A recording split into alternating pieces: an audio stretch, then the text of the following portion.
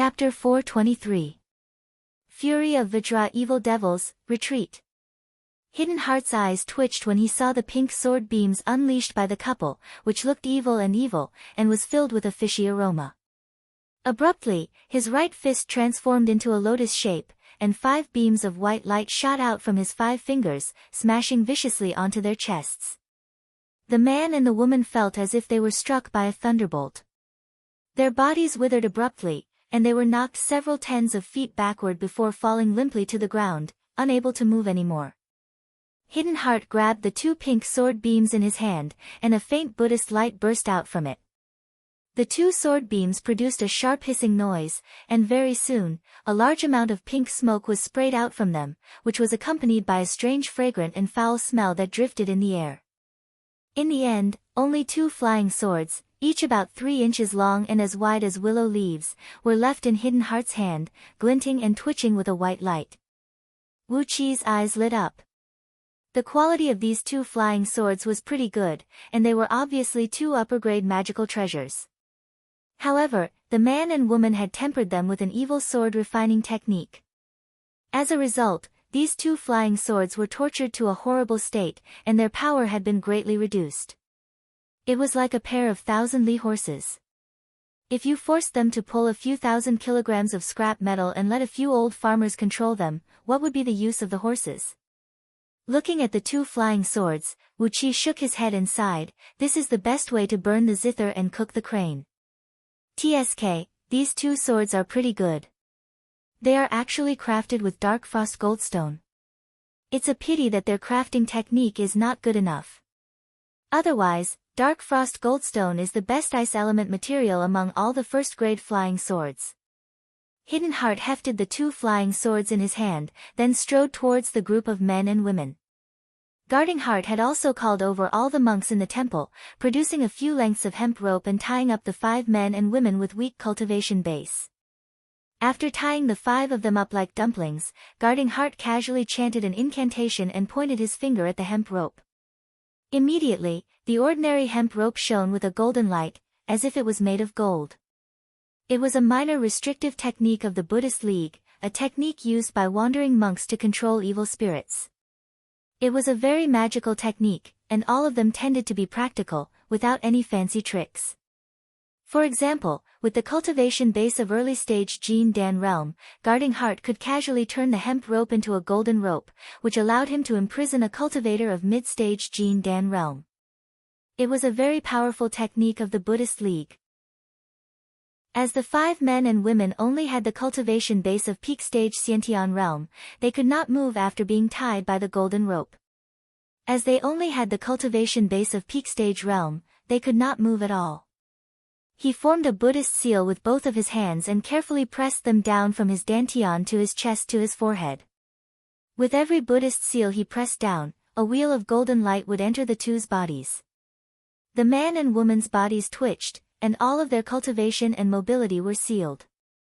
Monk Chi Tian, who had just been saved, angrily took out a big basket of hemp rope and tied the man and woman up like mummies. Chi, and spirit. Chi, he took, Chi, and took, Chi, monk. The man narrowed his eyes and kept his mouth shut, not saying a word. Meanwhile, the green-clothed girl struggled desperately and snapped, "Bald donkeys, how dare you touch even a single hair of mine? The Min clan of Anhe City is not someone you can afford to offend. Release us now and tear down the temple. Or else, when my patriarch arrives, all of your bald heads will be smashed." There was a fist-sized bun in Wu Qi's hand. Chi-Chi's cooking skill was not very good, as the core of the bun was still wet, and had not been fully steamed. Wu Qi kneaded the dough into something that looked like a cucumber, then rose to his feet and came before the green-clothed girl. While she was cursing, Wu Qi shoved the dough into her mouth and stopped her from cursing. After finishing all the porridge in the bowl with one gulp, Wu Qi casually slapped the bowl and split it into 2 pieces. Pointing the sharp edge of the bowl at the man's carotid artery, Wu Qi said coldly, "I'll count to 3. Tell me everything you know about Min clan. If you don't, you'll die." 3. He counted to 3. Abruptly, a pungent smell wafted out from the man's crotch, and a stream of water sprayed out. Spare me. Fellow Taoist, Senior, Master, spare my life. I'm Min Hua, the 4th-generation eldest grandson of Min clan. That is my 9th sister, Min Yi. My patriarch, Reverend Sanlu, is a disciple of Euphoria Heavenly Palace, with a cultivation base of early-stage nascent soul realm. A month ago, he finished his apprenticeship and came to Anhe City to build his foundation. Wu Qi did not need to force him any further, as Min Hua had already told him all the details of Min clan. Euphoria Heavenly Palace was an evil sect that specialized in practicing the dual cultivation technique between men and women. Its headquarters was located on Blissful Peak, 100,000 miles east of Anhe City. After Reverend Sanlu formed his nascent soul, he was ordered by his master to develop his power in Anhe City. Apart from looting money and all kinds of cultivation materials, his main purpose was to find handsome men and beautiful girls for Euphoria Heavenly Palace as cultivation vessels. Anhe City was one of the largest cities within 100,000 mile circumference. A long, long time ago, it was a county city under the rule of the human emperor. However, as the forces of immortal sects kept invading Anhe City, Yu only had the ruling power of Anhe City and the surrounding areas nominally. In fact, it had become an autonomous city, and the position of the city lord changed every 1,000 or 800 years. This time, it was Euphoria Heavenly Palace who had traveled 10,000 miles and killed the abbot of Jade Pagoda Temple on Mount Tiji, Ning'an, at the cost of severely wounded Lady Qiao, the master of Jade Pagoda Temple on Mount Tiji. That was why Reverend Sanlu brought a group of his clan members to Anhe City, killed Reverend Jing'an, the city lord sent by Jade Pagoda Temple, and occupied the position of city lord. Using a sharp stubble, Wu Qi carved an exquisite little tortoise on Min Hua's face, letting the blood flow down his face. Intentionally, Min Hua, who was shivering with fear, had a clear look at the blood on the porcelain. He smiled and asked, with Lady Qiao's cultivation base, how many experts does she have? Let's not talk about nascent soul cultivators, but how many nascent divinity, half-step immortals, and heaven immortals do they have? Min Hua opened his mouth and carefully told Wu Qi about Euphoria Heavenly Palace's overall strength. The master of Euphoria Heavenly Palace, Lady Qiao, was a 36th tier heaven immortal. There were 4 nascent divinity cultivators under Euphoria Heavenly Palace. Although this overall strength did not seem to be worth mentioning, Lady Qiao had countless guests, including heaven immortals with very formidable cultivation bases, important ministers who held a high position in the imperial court of Yu, and even some unknown people who had nepotistic relationships with Lady Qiao. As a result, Euphoria Heavenly Palace was a power that no one dared to offend within the area 1 million mile circumference except for Jade Pagoda Temple. The reason why Lady Qiao was able to kill Ning'an, the master of Jade Pagoda Temple, was because one of her gigolos had concocted a batch of Yin thunderbolts with incredible power, capable of severely wounding lower-grade heaven immortals. In order to please Lady Qiao, right after the Yin thunderbolts were produced, the man eagerly gave 3 of them to Lady Qiao.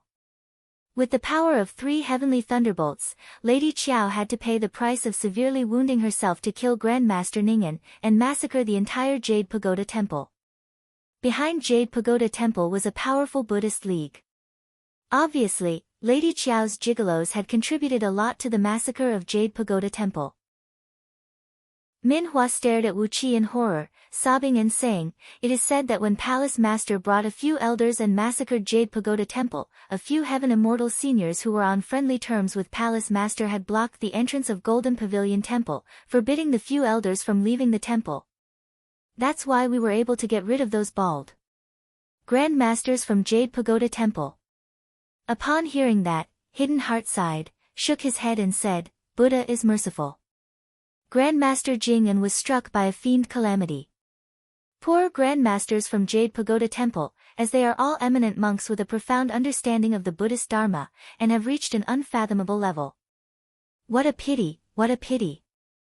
Looking at Hidden Heart's gloomy face, Wu Qi asked in a deep voice, "What is your purpose in coming to Temple of Hidden Heart?"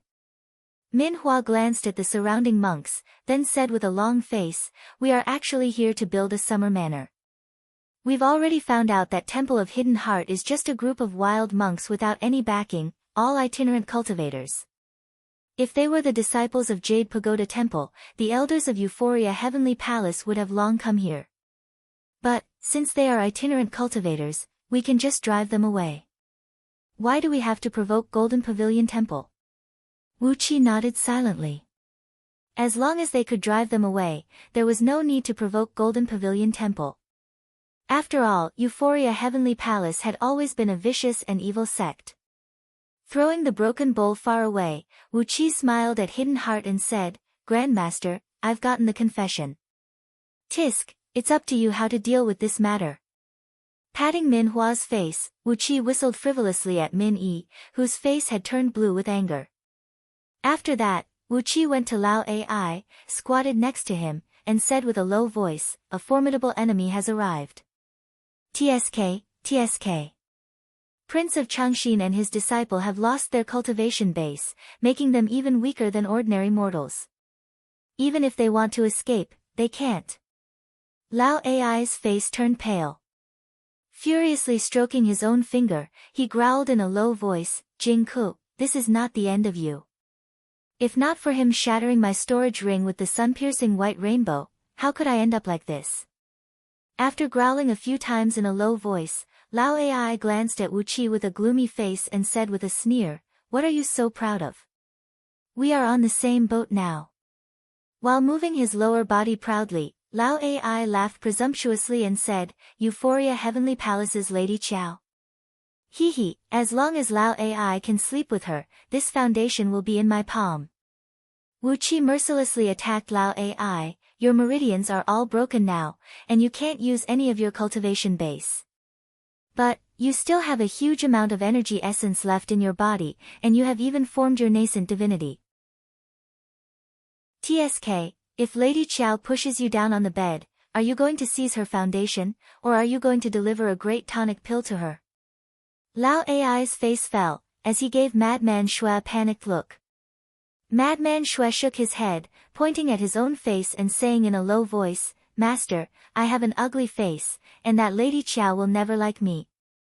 "But, Master, you are a tall and mighty man, a handsome and extraordinary man, and you have a good pair of clothes. The energy essence in your body is scattered but not gathered. You are simply an excellent tonic." In the other room, Hidden Heart was frowning as he ordered Guarding Heart and Qi Tian to move the few men and women into Temple of Hidden Heart. The old monk was mumbling something under his breath, and his face was filled with hesitation, as if he was in a difficult position. All of a sudden, Hidden Heart cried out, "Junior brother, Guarding Heart, Qi Tian, all of you, leave now. Leave now. This fiend tribulation is too much for me to handle. Go, go, go, quickly leave this place. Come back after 49 days. Laughing complacently, Wu Qi patted Lao Ai's shoulder and said word by word, "Even this old monk is preparing for his nirvana. TSK, Prince of Changxin, I have high hopes for your potential." Lao Ai gnashed his teeth as he stared at Wu Qi and said in a ferocious voice, "Wu Qi, what are you trying to do?" Staring at Lao Ai, Wu Qi laughed and said in a low voice, "Take the poison I concocted with a secret technique and follow me from now on." Lao Ai stared at Wu Qi in exasperation, looking as if he could not wait to bite Wu Qi's neck and tear off a piece of his flesh. Just when he was venting his anger, a sweet fragrance suddenly came from the air. An old Taoist priest, who wore a pink Taoist robe and had a pair of bitch eyes, squinted his eyes into a line, rode on a cloud. Behind him were dozens of men and women dressed in Taoist robes. They arrogantly flew to the top of the deep valley. "What a bunch of bald donkeys! How dare you hurt my descendants and guests? Today will be the day you die." The old Taoist sneered and pointed his finger downwards.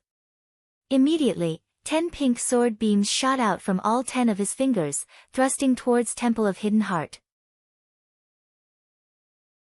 Chapter 424. 10 sword beams sprinkled down.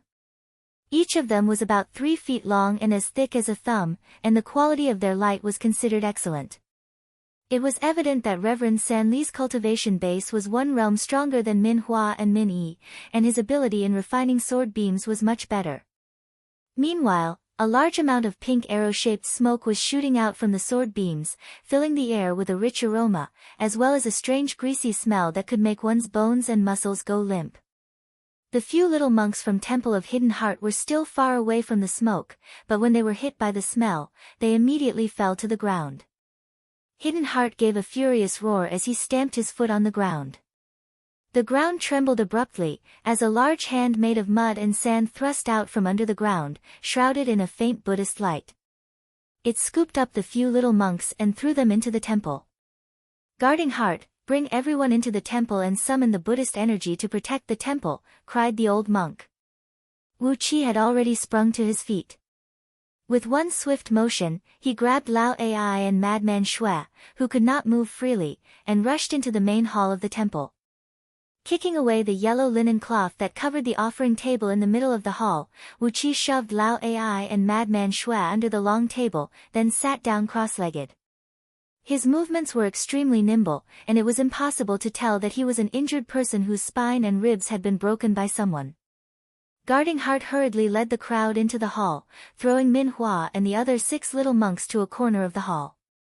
After that, led by the oldest monk, the junior brother mentioned by Hidden Heart, the group of 17 to 18 monks knelt on the cushions, put their palms together, closed their eyes, and began to recite a scripture.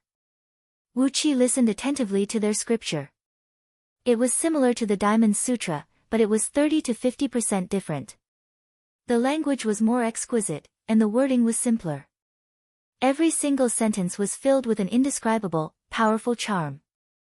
Qi Tian knelt on the ground in a sorry state as well. His body was too fat, and when he knelt down, the entire temple shook a few times. With great difficulty, he put his palms together before his plump chest, then began to recite a Buddhist scripture as well. What surprised Wu Qi was that the willpower of the Buddhist League emanating from Qi Tian was only slightly weaker than that of the old monk and the little monk, Guarding Heart. However, Qi Tian monk clearly had no cultivation at all. Wu Qi stared at the fat monk with astonishment, nodding his head silently. Buddhist techniques emphasized the cultivation of the heart the most. This fat fellow was the same as that old monk. His heart had probably been immersed in Buddhist scriptures, right? Hidden Heart's loud cries were heard coming from outside the temple. Loud booms kept ringing out, accompanied by gusts of wind, thunderbolts, golden light, and pinkish light that shot in all directions. The front gate and the surrounding walls of the temple had been blown away by the strong wind. All of a sudden, a gust of wind blew over their heads. The roof of the Buddhist temple was swept up by the gust and flew away in the blink of an eye. A dozen cultivators clad in Taoist robes brought here by Reverend San Lo were seen hovering above the grand hall, laughing and joking as they stared mockingly at the dozens of monks sitting cross-legged in the hall. Wu Qi and the other 2 poked their heads out from under the altar table and glanced at the cultivators above. Lao Ai was so angry that his lips were trembling. "If I wasn't injured, I could crush tens of thousands of these lowly things with just a finger. There is no room for them to be so arrogant before me." "Cut the crap," said Wu Qi rudely. "Those who can't even walk steadily nowadays are not qualified to boast like that. In short, either you follow me from now on and listen to my orders, or..." "Ha! Ha! Ha!" Wu Qi let out a strange laugh. Lao Ai's scalp went numb because of Wu Qi's laughter. "What are you laughing at?" he asked angrily in a low voice. Wu Qi snorted coldly and said, "If you don't listen to me, I'll seal your divine will and throw you out of here, letting those men and women from Euphoria Heavenly Palace pluck your energy essence, turning you into a perfect tonic pill for them. After that, I'll get you out of here, destroy your Tao Foundation, and sell you to a brothel. Those rich wives from the wealthy and powerful families, those ugly women who are between 70 and 80 years old, will definitely love you." Lao Ai was trembling with rage. But, when he thought of the miserable situation he would be in after Wu Qi did what he wanted to do, he suddenly became weak and feeble. He breathed out a soft sigh and said, "Hee hee, little rascal, you better not fall into my hands in the future." Giving Lao AI a deep look, Wuqi said with a deep voice, "Swear it. Swear with your soul and blood that you will listen to my orders willingly from now on. I won't force you into a dead end. If the person who controls your soul wants you to do something, I won't stop you.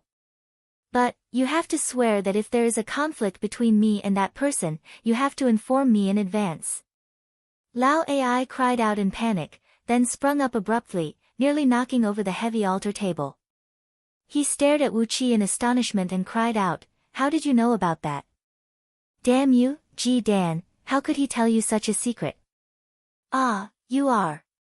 Rolling his eyes, Lao AI lowered his voice and murmured, "He sent you here, hee, to find the method to remove the restrictive spell."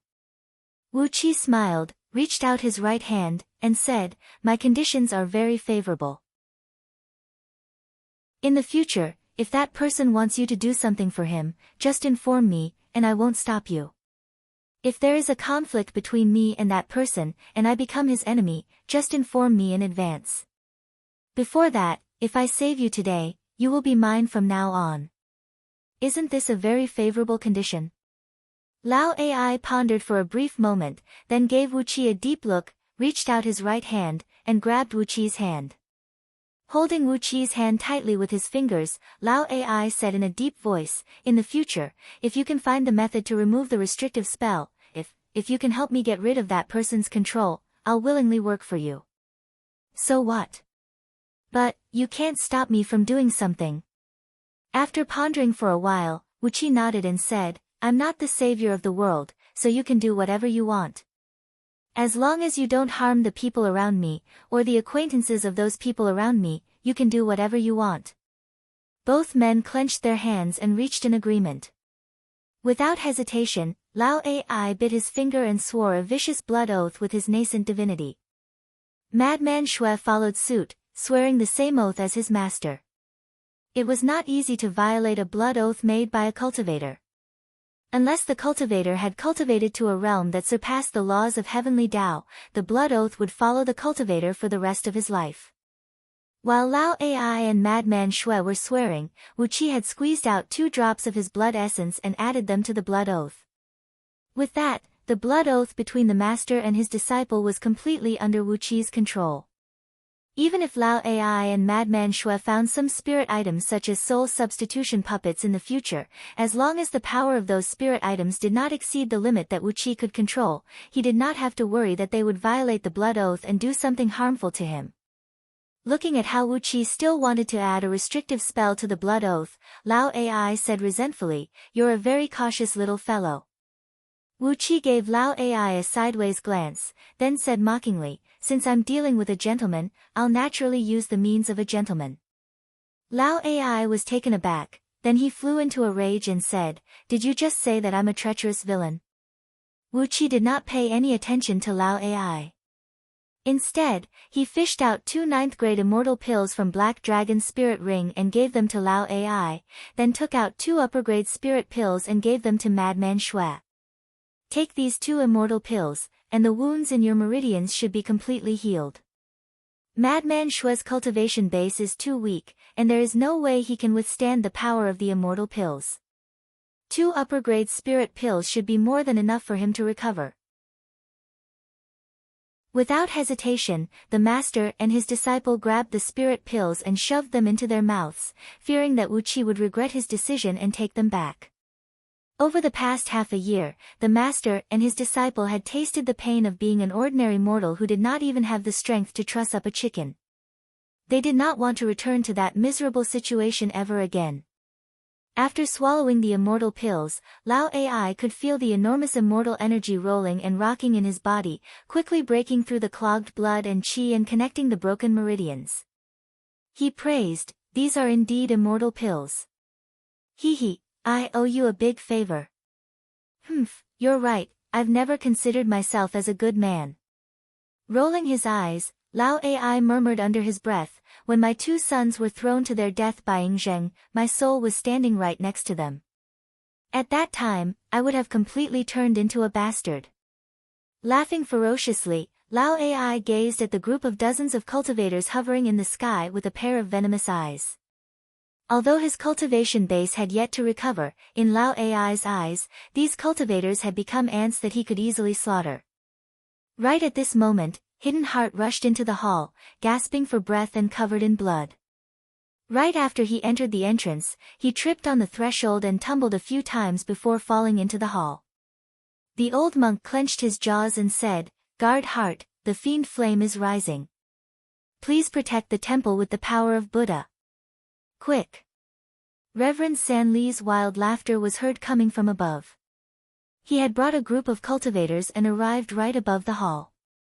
Looking down through the open ceiling, he said with a smile, "Bald donkeys, I asked you to move out nicely, but you insisted on making such a big fuss. Since that's the case, I'll wipe out your nest of bald donkeys today. Quickly release my grandson and the guests, and I'll let you die a quick death." He casually pointed his finger out, unleashing a pinkish sword beam. As he was about to hack down, Guarding Heart suddenly cried out the name of Buddha, and a sheet of Buddhist light sprinkled out from both palms. The Buddhist light sprinkled onto the 5 golden-painted Buddha statues in the hall, while a Buddhist chant towered into the sky. Wu Qi, who was hiding under the offering table, was still fine, but Lao Ai and Madman Shui were shaken by the sudden chanting, and nearly fell to the ground. At the same time, a faint golden light radiated from all 5 Buddha statues. As the chanting continued, a large sheet of golden flame towered into the sky, transforming into a several tens of feet thick Buddhist barrier that enveloped the entire temple of Hidden Heart. These 5 Buddha statues were personally carved by Hidden Heart when he built the Temple of Hidden Heart. Over the past several hundred years, a group of monks had been chanting Buddhist scriptures day and night, accumulating a great amount of willpower of Buddhist League. Now, when the willpower was stimulated with Hinayana Buddhism, it immediately transformed into an impenetrable barrier of Buddhist light. The willpower of Buddhist League contained in the 5 Buddha statues was very pure, and the amount was enormous. After all, it had been accumulated over several hundred years. Therefore, its power was like an endless stream of water. The golden Buddhist light enveloped the entire temple. When the sword beam that Reverend San Lu thrust down a moment ago bumped into it, it sprayed out a plume of pinkish smoke and flew backward while wailing. Reverend San Lu flew into a great rage. "Bald donkey! I never thought that with your weak cultivation base, you could actually have such a trick." Furious, Reverend San Lu cried out, "Fellow Taoist Flaming Crow, please use your divine ability and refine these bald donkeys. Since that golden pavilion temple has already swallowed the anger from Jade Pagoda Temple, I don't think they will come to us for the sake of a few itinerant cultivators." A handsome Taoist clad in a bright red Taoist robe chuckled. He had a kind face and looked like a virgin, and was clad in a bright red Taoist robe.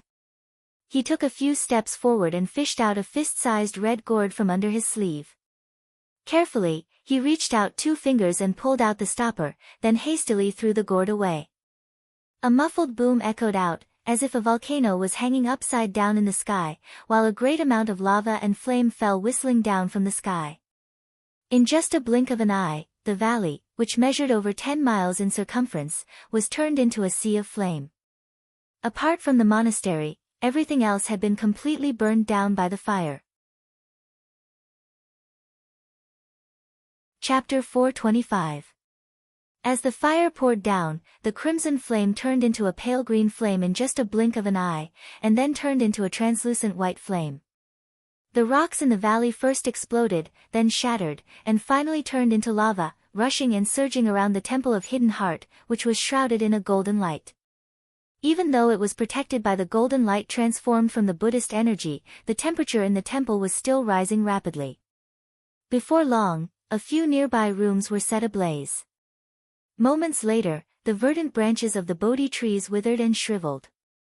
All of a sudden, a few Bodhi trees near the temple were dried up and turned into blazing torches, adding some heat to the air. What a pity! Looking at the tiny fire gourd hovering in the sky, Wu Qi could not help but sigh with mixed emotions. It was an acquired spirit item, similar to the acquired flame pearl in his body. Judging from its power, it should be a treasure that had absorbed the underground fire essence near the volcanic crater. But too bad, before it could fully mature, Taoist Flaming Crow had plucked it and refined it into a magical treasure. If it were plucked after it was fully matured, it would at least be an upper-grade immortal item after being meticulously refined by a heaven immortal item crafting master. However, after being messed around with by Taoist Flaming Crow, the energy in the gourd had been completely depleted, and it had lost all its magical functions. Although the flame it sprayed out was very powerful, it was at most equivalent to the prime flame of a nascent soul cultivator. How could it have the power? Besides, the flame it sprayed out was a dead flame that had no source. Once the gourd was put away, the flame would be extinguished immediately. It was not a good treasure at all. What a waste. I don't even have the thought of robbing him. Wu Qi smiled bitterly. He saw that Hidden Heart and the others were already drenched in sweat, and were busy chanting scriptures, trying to squeeze more Buddhist power out of the Buddha statues to protect the temple. All of a sudden, a deep rumble of thunder was heard coming out of the fire gourd. A crimson flame thunderbolt shot out and plunged towards the ground like a shooting star, smashing viciously onto the golden Buddhist barrier hovering above the temple. A deafening boom rang out, and the entire temple shook violently. The walls around the hall collapsed one after another, with broken bricks and tiles falling down and smashing the heads of those monks standing behind Hidden Heart and guarding Heart. The chanting of scriptures stopped abruptly. The Buddhist light released by the 5 Buddha statues dimmed down abruptly, while the Buddhist light barrier above the temple was compressed to about 10 feet thick, and the coverage of the Buddhist light had shrunk by half. From the courtyard behind the temple came the screams of hounds and other animals. The cries only lasted for a short moment before they abruptly stopped. Some of the animals raised in the monastery had already been burned to ashes by the fire. Lao Ai pursed his lips and cursed in a low voice, "These damn bald donkeys. They raised a bunch of good livestock, but they wasted their rice and flour for nothing. Yet, they refused to burn one for me to have a sumptuous meal. How hateful." Wu Qi gave Lao Ai a sidelong glance and scolded with a smile, "He saved you. Why are you still talking so much nonsense?" Lao Ai shut his mouth sulkily. He was too lazy to quarrel with Wu Qi. In his opinion, it was a disgrace to quarrel with a junior. Moreover, Wu Qi and him were old enemies, but not friends. Now that he was forced to swear such an oath by Wu Qi, he felt very uncomfortable. Therefore, Lao Ai twitched his mouth and sat cross-legged under the offering table, focusing all his attention on circulating his energy and regulating his breath, trying to quickly restore his overall strength with the help of the immortal pills.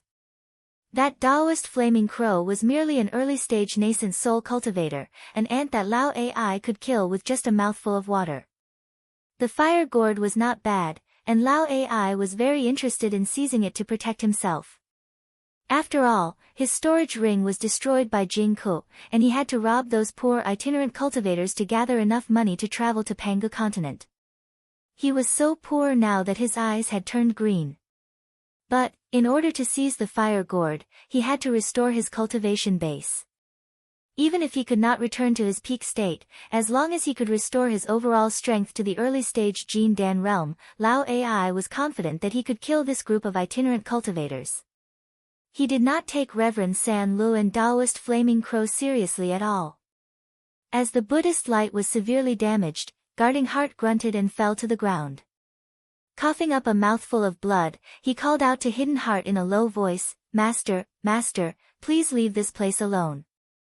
Once you have formed your relic lotus throne, you will be equal to the nascent soul realm of Tao League. At that time, you can come back and avenge me." Hidden Heart clenched his jaws. He raised his head and looked at the raging flame in the sky, then cried out in a low voice, "Guarding Heart, bring your uncle master and junior brothers and leave this place. I want to stay here. This is my fiend tribulation. If I can't survive it, I will turn into ashes. But, if I can, I have a chance of attaining the rightful fruit of becoming a gold arhat. I've gone through 30 transmigrations, and this is my opportunity." Wu Qi raised his head and looked at Hidden Heart with astonishment. He was an eminent monk who had gone through 30 transmigrations. Judging from his cultivation base, it seemed like the cultivation base of his previous 29 transmigrations was just as so-so. Then, he saw Hidden Heart sprung up into the air and leaped onto the lotus throne of the Buddha statue in the middle, reaching out his hands and thrusting them forcefully into both of the statue's eyes. A series of creaking noises rang out, as the Buddha statue suddenly moved to one side, revealing a pitch-black tunnel under the lotus throne. Lao Ai opened his eyes in astonishment. He lowered his voice and murmured, This is the method of the Jianghu.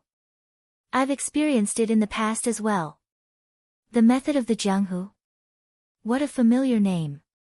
Wu Qi bowed his head and squeezed out from under the offering table, raising his head to look at the Buddhist light barrier.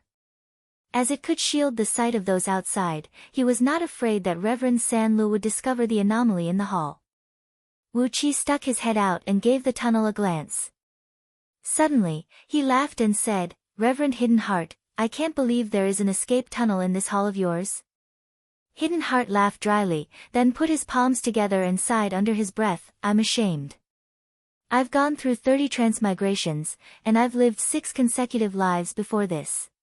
Hee, I used to be a mountain bandit. Although I've converted to the Buddhist League in this life, I can never forget this life-saving method. He bowed his head and gave the tunnel a glance, then cried out in a low voice, Guarding Heart, bring everyone and leave this place at once. That demon Flaming Crow only has an ordinary magic power, and his flame can only reach 100 feet into the ground. However, after several hundred years of work, this tunnel of mine has gone about 1 mile deep into the ground, leading to Anhe City's Anlu village, 600 miles away from here. Bring everyone and leave this place at once. If I can survive today, I'll definitely come looking for you in the future. Old Monk Hidden Heart was a bandit, a great bandit. Out of nowhere, Wu Qi felt a sense of closeness to the old monk. Yet, Guarding Heart could not bear to part with his master. He struggled to his feet, dropped to his knees and hugged the old monk's legs, weeping and refusing to leave. Wu Qi felt a heartache when he saw that. He could not help but shake his head, as he suddenly recalled something that happened a long time ago. You've saved my life, and it's only natural that I have to repay you. Wu Qi sighed, then fished out a large bag of drunken dragon incense from Black Dragon's spirit ring, which weighed about half a kilogram. He handed it over to Hidden Heart and said in a deep voice, This is an excellent knockout incense I've concocted using rare and precious spirit herbs I've gathered during my daily travels. Sprinkle it outside the entrance of the temple, then set it on fire. The aroma will fill the entire valley, and those people up there will have to surrender obediently. Guarding Heart was overjoyed. Without hesitation, he snatched the bag from Wu Qi's hand and sprinted out of the temple happily. Meanwhile, Hidden Heart was staring thoughtfully at Wu Qi, his pair of old eyes sizing up Wu Qi from head to toe. Wu Qi chuckled, his furtive eyes quickly glancing at Hidden Heart's waistband. There was a bulging pouch on it, which was the secret pouch used by Hidden Heart to keep all his belongings. When experts talked, there was no need for words. With just a slight movement or a glance, one could easily know the identity of the other party. Hidden Heart chuckled, then put his palms together at Wu Qi and said, No wonder fellow Taoist is being hunted by someone. Wu Qi laughed dryly, then said deliberately to disgust Hidden Heart, Same here. No wonder Grandmaster is hiding your heart here. Sitting in a corner of the temple, when Minhua saw Wu Qi hand over the drunken dragon incense to Guarding Heart, he suddenly cried out at the top of his voice, Patriarch, be careful. This group of bald donkeys and a few mongrel Taoists are going to use the sleeping incense to harm people. Patriarch, be careful. Both Wu Qi and Hidden Heart looked over at the same time. Casually, both of them picked up the most convenient thing in their hands and threw it forcefully towards Minhua. The thing Hidden Heart grabbed was the wooden pestle used to strike the wooden fish. It was as thick as an arm and thrust straight into Minhua's mouth along with a strong gust of wind, making him unable to utter a single word. The thing Wu Qi grabbed was the wooden fish about the size of a human head. Casually, he threw it out and forcefully hit Minhua's lower abdomen. The pain made Minhua's body twitch violently. However, as the wooden pestle was stuck in his mouth, he could neither inhale nor exhale, and was nearly suffocated to death. By then, Guarding Heart had already rushed out of the temple. The raging flame had pushed the Buddhist light to less than 100 feet away from the main entrance. Regardless of the consequences, Guarding Heart grabbed the drunken dragon incense packet and threw it out of the Buddhist light, easily throwing it several hundred feet away. As soon as the packet fell into the raging flame, it was burned into nothingness in just a blink of an eye. Invisible and colorless smoke spread out quickly, blanketing the entire valley in just a blink of an eye. The group of cultivators hovering in the air above the temple, laughing and cursing in an unbridled manner, only stayed in the smoke for less than a second before plummeting straight down from the sky like drunken wild ducks. Hidden Heart cried out, "Excellent!" at the top of his voice, then pulled out a 3 feet long, glinting blue knife from under his sleeve. He pressed his palm on the Buddha statues next to him, and the Buddhist light bursting out from them stopped abruptly. The group of over 30 cultivators tumbled and fell into the temple hall. Without the support of their magic power, their heads were badly battered and bleeding, and a few of them even had their arms broken when they knocked against the offering tables and Buddha statues. Wu Qi could even hear the sound of their bones breaking. "You bunch of filthy Taoists." Hidden Heart picked up the knife and walked angrily towards the unconscious Reverend Sanlo. "Today, I'm going to subdue all the demons and evils. I'm going to eradicate all of you evil Taoists." Wu Qi did not mind it at all. Seeing that Hidden Heart was about to break his abstinence and kill Reverend Sanlo, and since Reverend Sanlo was not a good person, he decided to just kill him. All of a sudden, a ring of Buddhist light burst out from under the offering table. Lao Ai sat cross-legged on a pink lotus throne, flying up into the sky with a solemn expression. The huge wheel of delight transformed into a magnificent golden color and hovered behind Lao Ai's back.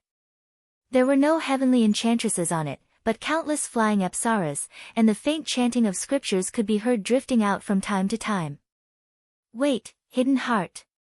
I still have a use for those evil Taoists." Lao Ai cried out in a deep voice, "Hidden Heart, I'm the incarnation of the blissful bodhisattva of bliss from the land of bliss. Over the past few months, I've purposely disguised myself as a Taoist in distress to test you. Fate has brought you and I together. Are you willing to become my disciple?" Wu Qi rolled his eyes and did not say another word. Meanwhile, Hidden Heart had long thrown himself to the ground and thrown himself on his knees.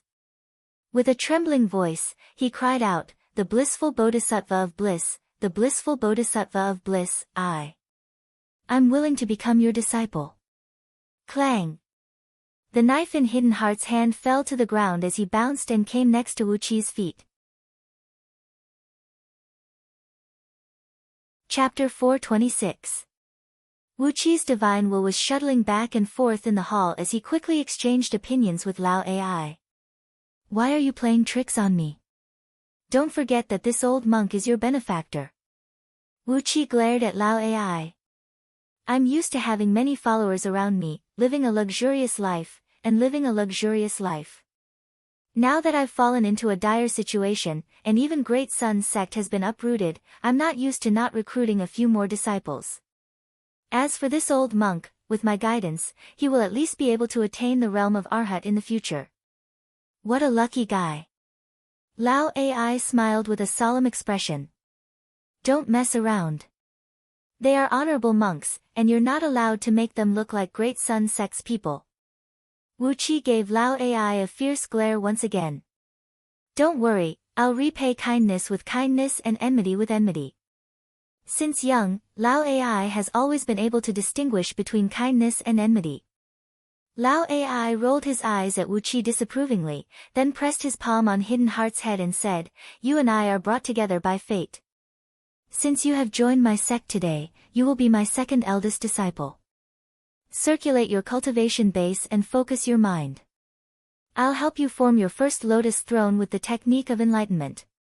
A bright Buddhist light flickered around Lao Ai's body, while a warm stream rushed straight into Hidden Heart's head from his palm. The old monk let out a hearty laugh and sat on the ground with his legs crossed. A slit opened between his eyebrows, from which a thin white light flickered, and a thumb-sized Buddhist relic darted out of it, radiating a bright white light. Vaguely, the silhouette of swastikas and lotus flowers could be seen flickering in the relic, while a soft, tough, and pure Buddhist power spread out in all directions. Even Wu Qi could not help but calm his mind, and his spirit became clear and condensed. Lao Ai began to recite an incantation in a low voice while his fingers kept changing incantation gestures, injecting his enormous energy essence into Hidden Heart's body. A stream of white mist rose from between Hidden Heart's brows, gradually transforming into a clump of mist that took the shape of a lotus flower. Buddhist cultivators did not cultivate their Jin Dan, form their nascent soul, or form their nascent divinity. All their cultivation base was focused on the relic. A sarira was the amalgamation of all the essence, energy, and spirit of a Buddhist cultivator.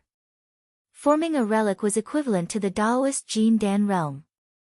After forming a relic, once the first lotus seat was formed, it would be the nascent soul realm. Once the second lotus seat was formed, it would be the nascent soul realm. Once the third lotus seat was formed, it would be the third lotus seat. Once the relic survived the heavenly tribulation, it would be the undying golden Arhat realm.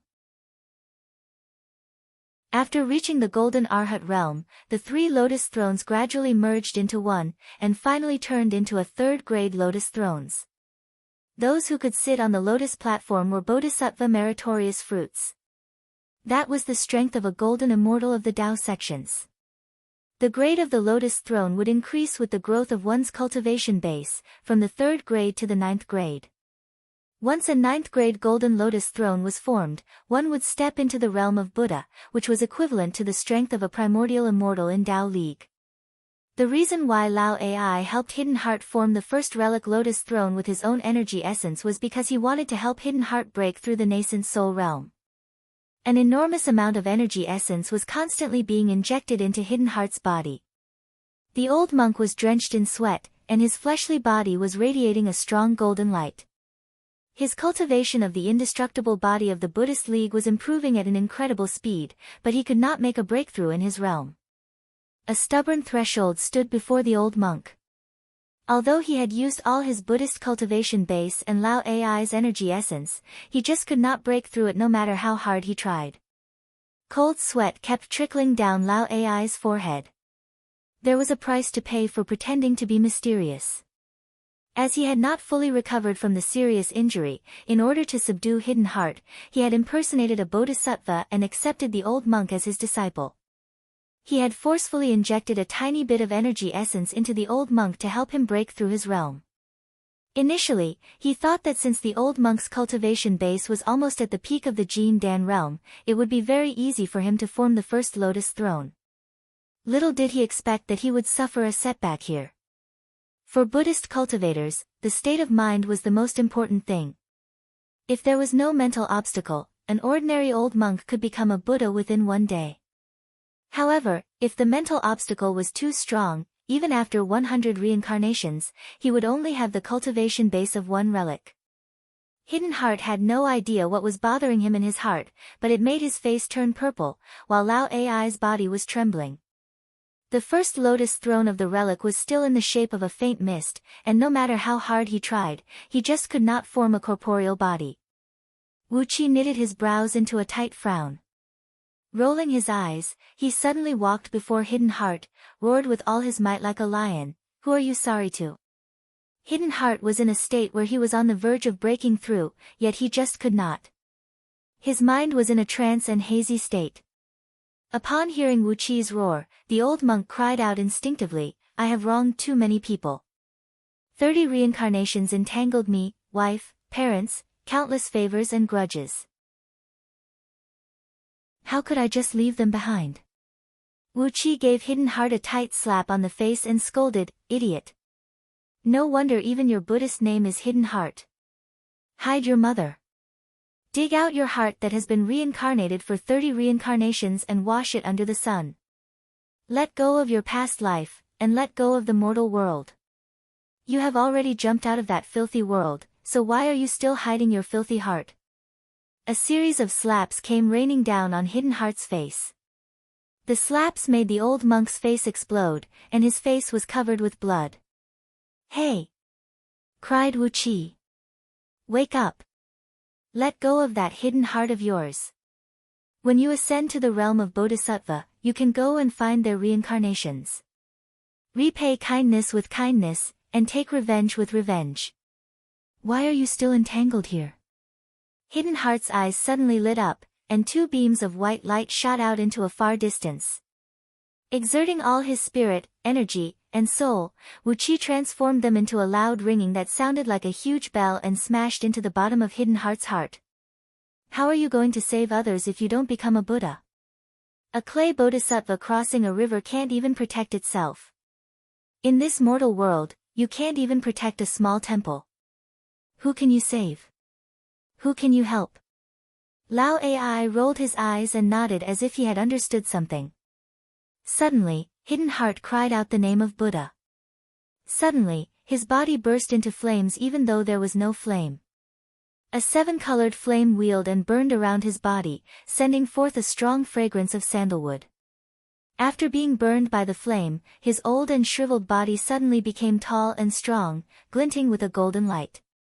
Just like that, he had become a monk in the prime of his youth. A sheet of white light wheeled above his head, while two white lotus flowers that looked like they were just plucked from a pond were blooming and fluttering in the wind. Abruptly, the relic of the old monk swelled up, hovering lightly between the two white lotuses. The bright light emitted by the relic shone on the two white lotuses, while wisps of mist sprayed out from the lotuses to nourish the relic. Both complemented each other, and vaguely, there was an endless stream of yin and yang of the Taiji principle of mutual generation and destruction. All of a sudden, a beam of white light burst out from the relic, amidst which, another white lotus flower was gradually taking shape. It looked like it was just a tiny bit away from taking a corporeal form. "Excellent! Excellent!" Wu Qi put his palms together and smiled at the old monk. "Now, Reverend, you are just one step away from becoming a gold arhat. With the epiphany, you will become an immortal and indestructible gold arhat. Congratulations, Reverend." Hidden Heart threw his head back and let out a joyful cry. Slowly, he rose to his feet and walked 3 rounds around Lao Ai, who was sitting cross-legged. After bowing respectfully to Lao Ai, he put his palms together and expressed his gratitude to Wu Qi, "Fellow Taoist, thank you for enlightening me. You have given me the lion's roar, and I have benefited a lot from it. With such a perceptive ability, you must have a fate with the Buddhist League." Wu Qi's expression changed abruptly. He gave Hidden Heart a fierce gaze and said with a cold snort, "Your whole family is fated with the Buddhist League." Waving his hand, Wu Qi grinned coldly and said, "Don't thank me. You should thank someone else. The words I enlightened you with are plagiarized from someone else. That man is fated with the Buddhist League, and his whole family is fated with the Buddhist League." With a flick of his sleeve, Wu Qi strode towards Reverend San Lu and his company, who had fallen to the ground. With a casual gesture, he snatched the storage ring from Reverend San Li's hand. Then, he sent his divine will into the ring, and Wu Qi could not help but frown. Was this still the new city lord of Anhe City? Why did he look so shabby? It was such a large storage ring, but he only found 3 upper-grade energy stones, tens of mid-grade energy stones, and several hundred lower-grade energy stones. Wasn't he too poor? On the other hand, there were a few bottles of pills, several dozens of spirit talismans of decent quality, and 3 flying swords of upper-grade magical item level. All these things could be considered to be of some value. But, if they were added together, the total value of Reverend San Li's assets was only about 3 to 500,000 lower-grade energy stones. What a shame that he was the city lord, and a cultivator of early-stage nascent soul realm. After carefully searching through Reverend San Li's body, Wu Qi took away all the valuables, including a belt made from cold centipede threads. After that, he kicked Reverend San Lu away, then sprinted towards Taoist Flaming Crow. Lao Ai finally reacted when he saw Wu Qi cleaning up Reverend San Li's belongings in a professional manner. Like a rooster whose neck was grabbed, he cried out at the top of his voice, "My disciple! Hidden Heart put his palms together respectfully and asked, "Master, your disciple is here. What can I do for you?" When Madman Shui heard Lao Ai's cry, he immediately leaped towards Taoist Flaming Crow like a hungry wolf pouncing on its prey. Before Wu Qi could reach him, Madman Shui had already thrown himself onto Taoist Flaming Crow's body, running both hands all over his body like a pervert who had just seen a beautiful lady. It was a very ambiguous posture. But, it was a pity that he was a professional. Madman Shui kept pressing and touching Taoist Flaming Crow's body, and in the end, he only managed to pull out a few red talismans. Meanwhile, Wu Qi casually rolled Taoist Flaming Crow's body and exercised the hand of web. In the next moment, an invisible airflow had coiled up 2 storage bracelets on Taoist Flaming Crow's wrists. Then, he sent his divine will into the bracelets, and Wu Qi immediately let out a few joyful laughs. Taoist Flaming Crow was quite wealthy. Although he did not have many energy stones, he had enough talismans, spirit pills, a complete set of magical items and formation flags, as well as fire element spirit herbs and minerals. All of them were enough to fill up 3 large rooms. Pleasantly surprised, Wu Qi praised, "That's more like it. The natural energy on Pangu continent is many times denser than that of outer heavenly realms, and the natural resources are abundant as well. It is only right that he has such a wealth." Lao Ai's eyes were burning with jealousy. Hastily, he sent out a divine will and said, "Wu Qi, don't go too far. According to the rules of the martial world, a meeting is half done." Wu Qi was taken aback. Then, he turned and nodded at Lao Ai while baring his teeth and saying, "A meeting is half done. Once we've stripped all these guys, we'll go occupy Anhe City. Hee, let's go to Anhe City first and heal our wounds." Lao Ai was shocked. Occupy Anhe City? Min clan is supported by a heaven immortal. How do we have the overall strength to deal with a heaven immortal with our current strength? Wu Qi waved his hand disapprovingly and said coolly, "Just trust me." Madman Shui, come, take off this fellow's pants. I can't believe he is hiding a storage bag in his crotch. What kind of shameful thing is he hiding? Clothes were fluttering in the air inside the hall. Reverend Sanlu, Taoist Flaming Crow, and several dozens of cultivators were stripped naked. Just as Wu Qi was excitedly robbing these unlucky fellows, a hurried cry was suddenly heard coming from outside the valley. "Patriarch, hurry up and return to the city. Some bald donkeys from Golden Pavilion Temple are blocking the city gate." Chapter 427. Upon hearing the voice, Lao Ai's face fell. He casually pointed his finger at the ground, and the blade that Hidden Heart dropped just now transformed into a beam of green light and shot up into the sky, about to kill the disciple from Min clan who came to deliver the message. Wu Qi casually pointed his finger out, unleashing a grayish rune from his fingertip. It transformed into a twisting grayish mist that looked like a human face and slammed into the blade, knocking it 70 to 80 feet away and stabbing into one of the pillars of the Buddhist hall. Wu Qi smiled at Lao Ai and said, "This is the land of the Buddhist League. How can you just kill someone like that?" Lao Ai glared at him, then straightened his neck and said, "I'm the Bodhisattva of killing, and I specialize in protecting the righteousness of the mortal world by killing." Tisk, protecting the righteousness of the mortal world by killing? The hair on Wu Qi's neck stood up. How could you say something like that? Twitching his lips, Wu Qi moved his body. Noiselessly, 18 celestial fiend puppets walked out of Wu Qi's body, transforming into 18 shadows and plunging down into the bodies of Reverend Sanlu, Taoist Flaming Crow, and a few other cultivators with the strongest cultivation base. Min Hua, Min Yi, and the other men and women, who were squatting in a corner of the hall and saw everything clearly, were also possessed by the puppets after being knocked unconscious by Wu Qi with drunken dragon incense. A frightening sound of bones and flesh being chewed rang out from the bodies of these possessed cultivators. Dark smoke rose from their bodies, and before long, they opened their eyes and rose to their feet. Although they still looked like Reverend Sanlu and Taoist Flaming Crow, in fact, they had been replaced by celestial fiend puppets. It was an unorthodox mystic technique of the Fiend League found in the Celestial Fiend Battle the Heaven script, the puppet possession and soul-seizing grand magic. After being possessed by a Celestial Fiend puppet, the cultivator's cultivation base, spirit, and energy would be seized by the puppet, along with all their memories and knowledge.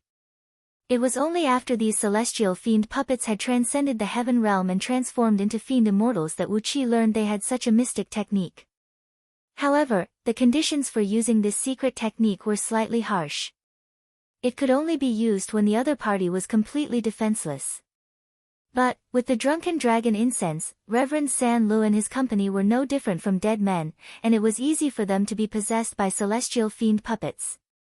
A few red flame spots flickered in his eyes, as Fiery Crow Daoist pointed his finger at the air. Following his move, the fire calabash swayed down and fell into his hand. Fiery Crow Daoist rubbed his empty fingers, laughed embarrassedly, held his hands behind his back and stood behind Wu Qi. Wu Qi shoved everything in both storage bracelets into the Black Dragon spirit ring, then handed the empty storage bracelets back to the Flaming Crow Daoist. Meanwhile, Reverend San Lu and the other cultivators had retrieved their empty storage treasures from Wu Qi. Apart from the flying swords and magic treasures they carried with them, there was nothing left on their bodies. When everything was done, Reverend San Lu cleared his throat and said, "Why are you panicking? What is there to be confused about? What's the big deal? Aren't they just a few bald donkeys from Golden Pavilion Temple? I'll go back now and teach them a good lesson." Wu Qi fished out a few jade bottles filled with medicinal powder and liquid, concocting a pinch of the drunken dragon incense's antidote. After that, he asked Reverend San Lu to stuff some powder under the noses of each of the unconscious cultivators, waking them up. After that, Reverend San Lu displayed the awe-inspiring bearing of the patriarch, explaining that Wu Qi and his company had been subdued by him, and that all of them were willing to join Min clan in Anhe City and become its subordinates. After that, Reverend San Lu gave those cultivators, who were at a loss of what to do, a torrent of abuse. He scolded them for being a bunch of useless fools who were knocked unconscious by a single roar from Hidden Heart, and for bringing shame to Min clan for no reason. After that, he put on a show for a while, and finally managed to wrap up the whole thing. Unavoidably, Wu Qi had to ask Reverend San Lu to return those cultivators the storage bags and other things he seized just now. He could just assume that they had fallen into the hall after being knocked unconscious, and were snatched by Wu Qi. After struggling for a full 15 minutes, the group of cultivators, together with a disciple of Min clan who came to deliver the news just now, rose up on a cloud and flew towards Anhe City at top speed. Hidden Heart was long dumbfounded by Wu Qi's unimaginable means. But in front of Lao Ai, a living bodhisattva, and Wu Qi was his benefactor who had just helped him break through 2 realms, Hidden Heart had no choice but to keep his mouth shut, pretending that nothing had happened. He left the little monk, guarding Heart, in the temple to take care of the stuff, while he himself served Wu Qi and Lao Ai attentively, heading straight for Anhe City. The deep valley where the temple was located was less than 500 miles away from Anhe City. In the past, when Jing'an was the city lord, he often came to Hidden Heart Temple to discuss scriptures and dharma with him. Now, Hidden Heart had obtained a great opportunity, which nearly allowed him to become a gold arhat in just one step. On the other hand, Jing'an was dead, having his soul destroyed by the cultivators of Euphoria Heavenly Palace. Looking at the city wall of Anhe City from afar, Hidden Heart could not help but sigh with mixed emotions. Anhe City was the largest city within an area of 100,000 miles circumference. A long time ago, it was the county mansion of Anlu County of Yu Dynasty. Later on, immortal sects gradually eroded the foundation of Anlu County, and the influence of the human emperor of Yu Dynasty was gradually driven out. Today, Anhe City had become an autonomous city. The ancient and simple Anhe City was surrounded by 6 rivers. 6 ribbons of green water flowed slowly around the city, bringing the fertile soil and a beautiful environment to the city. All the buildings in the city were simple, and heavy. Over 70% of them were constructed from huge, neatly carved boulders, and logs so thick that it would take a few men to wrap their arms around them. They looked magnificent, and gave off a sense of heaviness that would never change even after 10,000 years. These buildings were engraved with exquisite patterns, which added a bit of spiritual chi to these buildings, giving them a sense of vitality out of nowhere. Apart from these buildings, about 30% of them were extremely luxurious and exquisite. Strange and crafty techniques could be found everywhere in these buildings. Some of them were even propped up by various formations at great cost, making them hover in midair above the clouds 1,000 feet above the ground. The pavilions carved with gold and jade glinted brilliantly under the sunlight, forming a sharp contrast with those simple and unadorned buildings. After Anhi city was taken over by the immortal sects, these buildings were constructed by successive generations of city lords and immortal cultivators. Today, Anhi city was not only the economic center of Anlu County, but also the trading center for all the immortal cultivators within the area of 1 million mile circumference. Its status was similar to Green Cliff Immortal Market. The number of mortals living in the city exceeded 1 million, while the number of immortal cultivators, both permanently stationed and traveling in the city, added up to several tens of thousands of them. When Wu Qi and his company arrived near Anhi city on a cloud, they happened to see a tall and burly monk sitting cross-legged at each of the city's 4 city gates. Before each of them was a pestle that subdued evils, a wooden staff, an alms bowl, or a wooden fish. A few objects were emitting a faint golden gleam, which transformed into a faint golden beam from all 4 directions, completely enveloping the entire city. Although the golden beam looked very thin, it was actually very flexible. A few cultivators in the city attacked it with sword beams and magical treasures, but the backlash made them cough out blood. A large group of cultivators hovered in midair, staring at the golden beam without saying a word. Those who wished to enter the city from the outside would not be hindered by the golden beam, but those who wished to leave the city, whether they were mortals or cultivators, would be stopped by the golden beam at the city gate, unable to move. Next to each of the 4 monks was placed a huge water vat that could hold over 1,000 kilograms of water. The water vat was placed amidst the golden beam, and from time to time, some mortals would throw some gold grains, silver ingots, copper coins, and even some steamed buns and fried cakes into the vat. With that, they would be able to leave the city unhindered. Among them, one of the monks had gained the most. His large water vat was already half filled with gold, silver, copper coins, and all sorts of food. Wu Qi even saw 2 braised pig heads lying in the water vat with a big smile on their faces. Wu Qi had no idea who threw them into the vat. Reverend San Lu did not move, and neither did Taoist Flaming Crow. However, the 4 monks turned to look at them from several tens of miles away. A loud Buddhist chant rang out, as the 4 monks cried out together, "We are the Dharma protectors of Golden Pavilion Temple. Today, we have come to Anhi city to beg for alms from fellow Taoists to recast the golden body of Buddha. We hope fellow Taoists can donate generously, as it will be a great merit." Wu Qi had already adjusted his visage slightly. Staring at the 4 monks, he cried out, "Masters, are you not here for the matter of Jade Pagoda Temple?" Wu Qi asked a question he already knew the answer to. How could the monks of Golden Pavilion Temple not be here for the matter of Jade Pagoda Temple when they suddenly blocked the city gate? Not only Jade Pagoda Temple, the Golden Pavilion Temple was also blocked by the guests of Lady Qiao from Euphoria Heavenly Palace, preventing the experts from leaving the temple. That was the reason why Jade Pagoda Temple was massacred by Euphoria Heavenly Palace. Because of the resentment in their hearts, the monks of Golden Pavilion Temple came here to stir up trouble after Reverend San Lu took over the position of City Lord.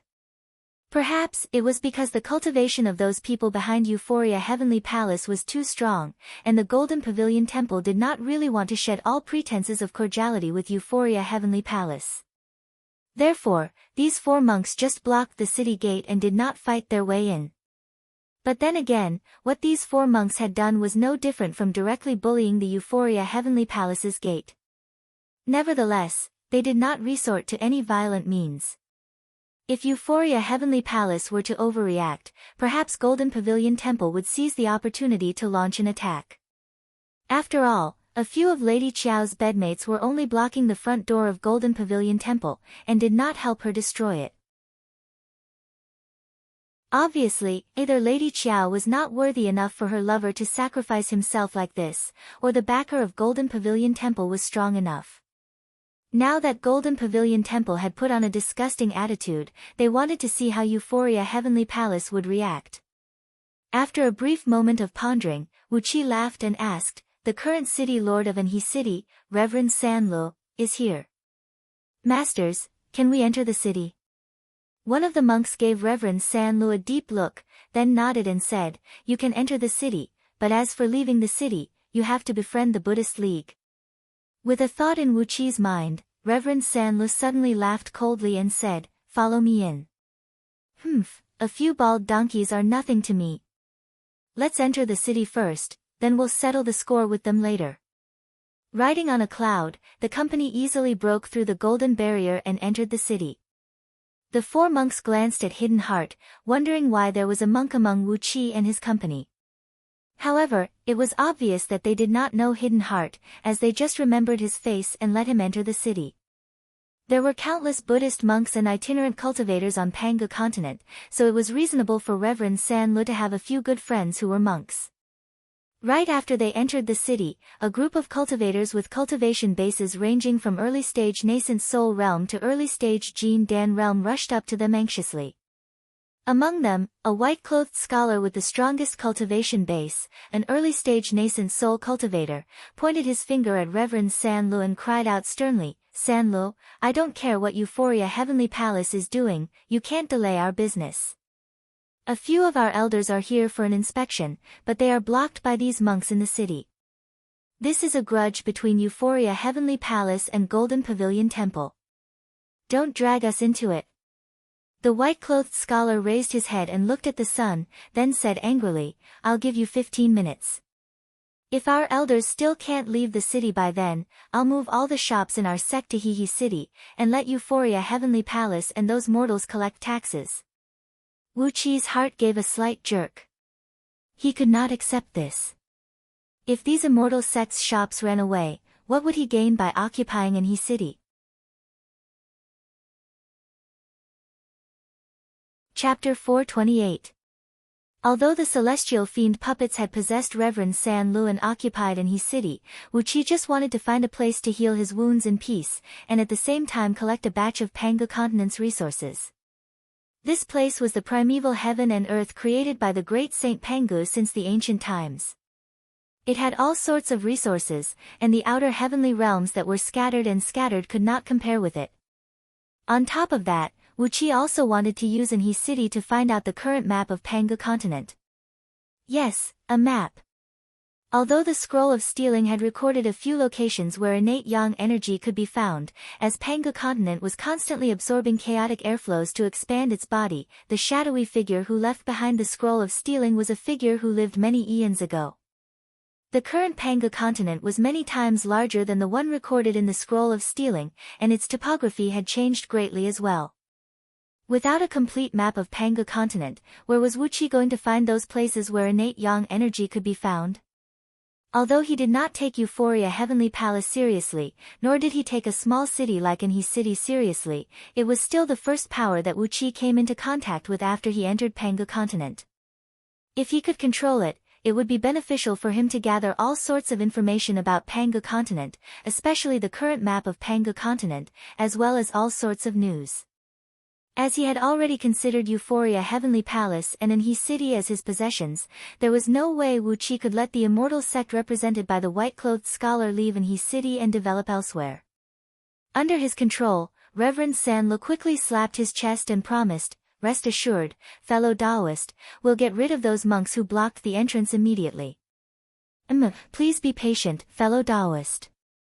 Euphoria Heavenly Palace will surely compensate us for delaying the journey of a few elders of your sect." Reverend Sanlu flew forward, trying to rope them in, promising them, befriending them, and threatening them in a low voice. Finally, he managed to calm the chaotic crowd of cultivators. After that, Wuqi's face darkened, and he was about to go out and break the bald heads of the four monks. Regardless of the enmity between Golden Pavilion Temple and Euphoria Heavenly Palace, it would be your fault if you delayed Wuqi's matter. While he was about to strike, a loud and clear laugh was heard coming from an exquisite restaurant constructed with pale yellow fragrant wood and pale green jade bricks. Reverend Sanlu is really unwise. Golden Pavilion Temple is going against the trend, and this is a great opportunity for us. Could it be that Reverend Sanlu is planning to drive them away and settle this matter? Along with that laughter, an 8 feet tall, handsome, and elegant young man, dressed in white clothes and holding a jade folding fan in his hand, slowly walked to the balcony of the restaurant. He was in high spirits and had a temperament that made people feel ashamed of their inferiority. He unfolded the folding fan and waved it lightly, then pointed at Reverend Sanlu and cried out, "How could Reverend Sanlu not take advantage of such a good opportunity to build a great contribution? How stupid are you?" Tisk, tisk. Wu Qi smacked his lips. Why did this scene sound so familiar to him? An almighty scholar with 1,000,000 armored soldiers hiding in his heart would always do the strange things that an almighty man should do in a busy market, say the bold words that an almighty man should say, and insult the master he had chosen. After that, he would become a legend that could be passed down through the ages. Of course, there would always be an interlude before this scene, just like what was happening right now. Upon hearing the white-clothed young man scolding their patriarch, the cultivators from Min clan immediately snapped angrily. Reverend San Li's 2 great-grandsons even pointed their fingers out, unleashing 2 streams of pinkish smoke that transformed into 2 sword beams and thrust towards the white-clothed young man. But, the white-clothed young man raised his head and stared at Reverend Sanlu fearlessly as he cried out, "Reverend, are you really going to miss this rare opportunity? If you want to put on an act, I'll accompany you." Wu Qi was laughing in his mind. Reverend Sanlu casually extended his hand and caught the 2 sword beams in his palm. At the same time, the white-clothed young man was rolled up by an invisible force, flying up into the sky and hovering in front of Reverend Sanlu. Laughing hideously, Reverend Sanlu fiddled with the sword beams in his hand, then came before the young man and said in a low voice, "If you have any brilliant plan that you want to offer me, tell me now. If you hide anything from me, don't blame me. Among my sons, grandsons, and good friends, there are a few who like a handsome man like you." The young man's expression flickered slightly. If Reverend Sanlu had threatened to kill him, he would not have been afraid, as he had long expected such a threat. But, when Reverend Sanlu threatened him with such a despicable method, his heart skipped a beat, and his mind was filled with anxiety. With some difficulty, he swallowed a mouthful of saliva and said with a dry laugh, "Reverend, please." Standing aside, Wu Qi was grinning coldly as he cursed in his mind, "Keep pretending. Keep pretending." Reverend Sanlu chuckled. Suddenly, he reached out his hand and touched the young man's face. "You have such a delicate skin, and you are so handsome." If you can't give me a reasonable explanation, although I've always been close to women, don't blame me for eating you alive." The young man, who had been forcing himself to stay calm a moment ago, was thrown into a complete panic. Beads of sweat were dripping down his forehead, and his face was alternating between green and pale. He could no longer maintain the calm demeanor of an eminent scholar. Trembling, he bowed his head, forced himself to calm down and said with a dry voice, "There are too many people here. Reverend, please find me a quiet place and let me tell you everything." Reverend Sanlu chuckled like a hen laying eggs once again, "All right, I have high hopes for you. If I'm not satisfied with what you've told me, don't blame me for, A few other cultivators from Min clan, who were possessed by fiend immortals, let out evil laughs at the same time. They ran their lustful eyes across the young man's body, smacking their lips and murmuring under their breath, such as "fair skin" and "perky buttocks," which made the young man wish he could bang his head against a wall and kill himself. Amidst the wild laughter, Reverend Sanlu cupped his fist at the surrounding cultivators, who had unsightly expressions on their faces. Then, riding on a pink cloud, they sped towards a mansion located right in the center of Anhui City. The mansion was the residence of all the previous city lords of Anhui City. The previous city lord was Jing'an, the monk from Jade Pagoda Temple. Therefore, a 13-story pagoda was built behind the mansion using jade bricks. However, the pagoda had been completely razed to the ground, leaving only jade bricks scattered messily on the ground. A spacious hall was being built on the remains of the pagoda, and many craftsmen and servants were busy working on it. Reverend Sanlu sat loftily in the great hall, while Wu Qi and Lao Ai casually picked a seat and sat down, while the rest of the people stood around the hall. Everyone stared at the white-clothed young man with bright eyes, like a group of hungry tigers staring at a pitiful little lamb. Some of them even had a trace of strange pink in their eyes, causing the white-clothed young man to tremble like a fallen leaf in the wind. What kind of extraordinary demeanor was that? All of it had turned into a pie on a painting. Reverend Sanlu sat down on a chair and pointed his finger at the young man as he cried out, "Name, background, hometown, how many parents do you have, how many brothers and sisters do you have, how many livestock do you have, how many chickens, ducks, pigs, and dogs do you have? If you dare to deceive me, I'll go to your clan and wipe out your entire clan. As the saying goes, not even a chicken or a dog will be spared. I'll definitely kill every single one of you." Cold sweat dripped from the forehead of the white-robed young man as he stammered out these words. The young man's name was Lu Yi. He had no parents, and no relatives. He was an orphan who survived the massacre of an entire city, and was adopted by his master, a mysterious hermit who lived in a mountain. This nameless hermit was well versed in astronomy and geography, and when it came to the art of commanding armies and managing a kingdom, there was nothing he did not know and was an expert in. Since he was young, Louis had been learning all sorts of knowledge from the hermit. When the hermit died of old age 3 years ago, he buried him and left the mountain to travel the world, searching for the wise master in his heart. But this time, when he heard that Euphoria Heavenly Palace had defeated Jade Pagoda Temple and Reverend Sanlu was appointed as the city lord of Anhe City, Louis felt that Reverend Sanlu was a worthy target for him to assist. Therefore, he deliberately sought refuge with Reverend Sanlu, preparing to pour in all his efforts and make Reverend Sanlu a great contribution. Upon hearing Lu Yi's words, Wu Qi could not help but clench his jaws. Lao Ai's voice was heard ringing in his ears. In the past, when those hanger-ons sought refuge with their master, they would boast the same thing. Lao Ai had seen this kind of trick many times over the years. This man has the style of Yu Academy. Lao Ai nodded at Wu Qi meaningfully. Wu Qi nodded at Lao Ai and smiled knowingly. Both men exchanged a deep glance, then turned to look at Lu Yi at the same time. Reverend Sanlu answered with a noncommittal grunt, then shook his head and said, "You have no parents, no relatives, so you're not afraid that I'll wipe out your entire clan? Well, cut the crap. What kind of bullshit plan do you have to help me seize this golden opportunity and make me a great contribution? If you make me happy, you'll get fine wine, beautiful women, glory, splendor, wealth and rank. If you make me unhappy, you'll get 1,000 burly men to serve you. You can figure it out yourself." Lao Ai gave Wu Qi a strange look and asked with a voice transmission, "Are you really not acquainted with Duke of Longyang?" Wu Qi's face fell instantly. Fiercely, he made a gesture of cutting his neck at Lao Ai. Lu Yi could be considered as a formidable man. After the initial shock, he had become much calmer now.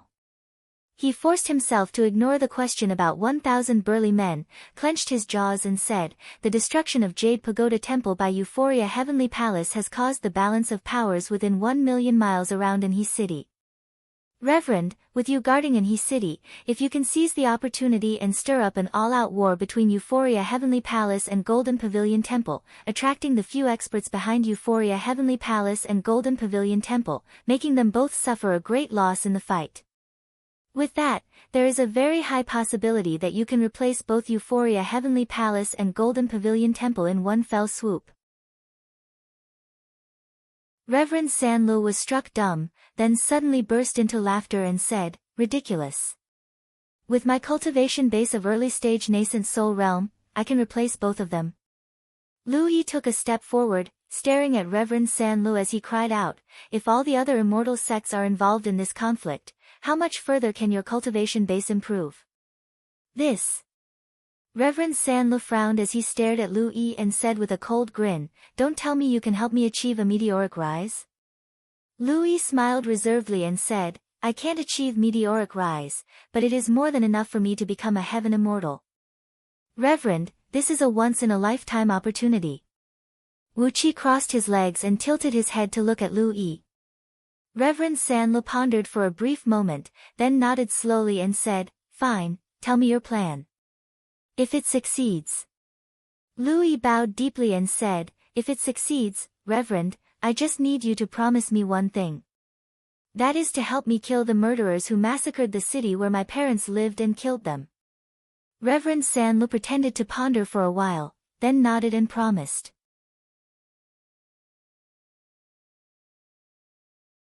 Chapter 429. Merciful Buddha. Wu Qi put his palms together and bowed to the monk who sat at the east gate of Anhe City, then threw 2 pig heads, 3 pig livers, and 4 pig trotters into the water vat next to the monk. The monk opened his eyes, his mouth twitching as he nodded at Wu Qi and said, Benefactor. Merciful Buddha. Excellent. Excellent.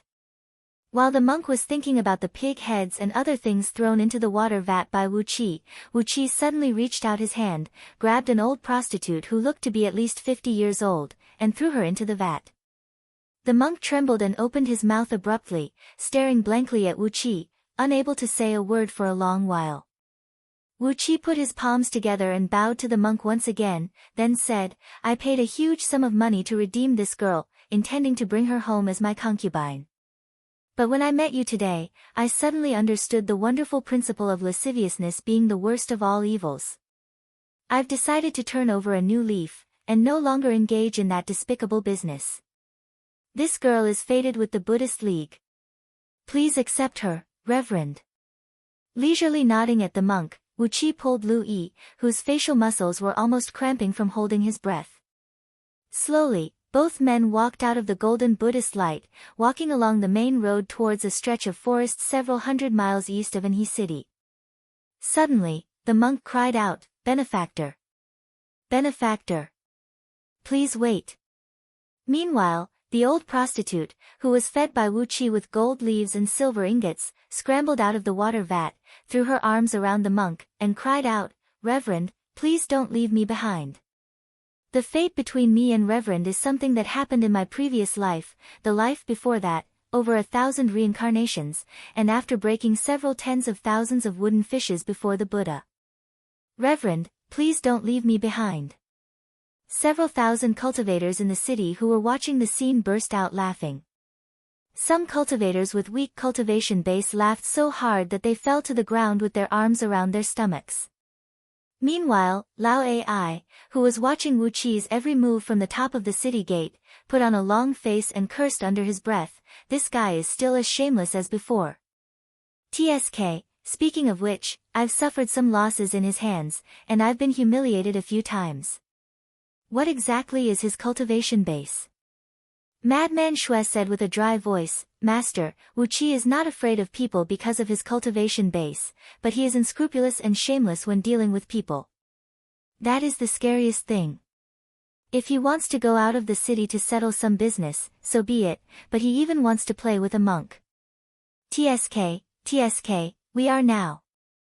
Lao Ai's face twitched a few times, then he breathed out a heavy sigh and nodded his head grimly. Lu Yi and Wu Qi walked at a fast pace.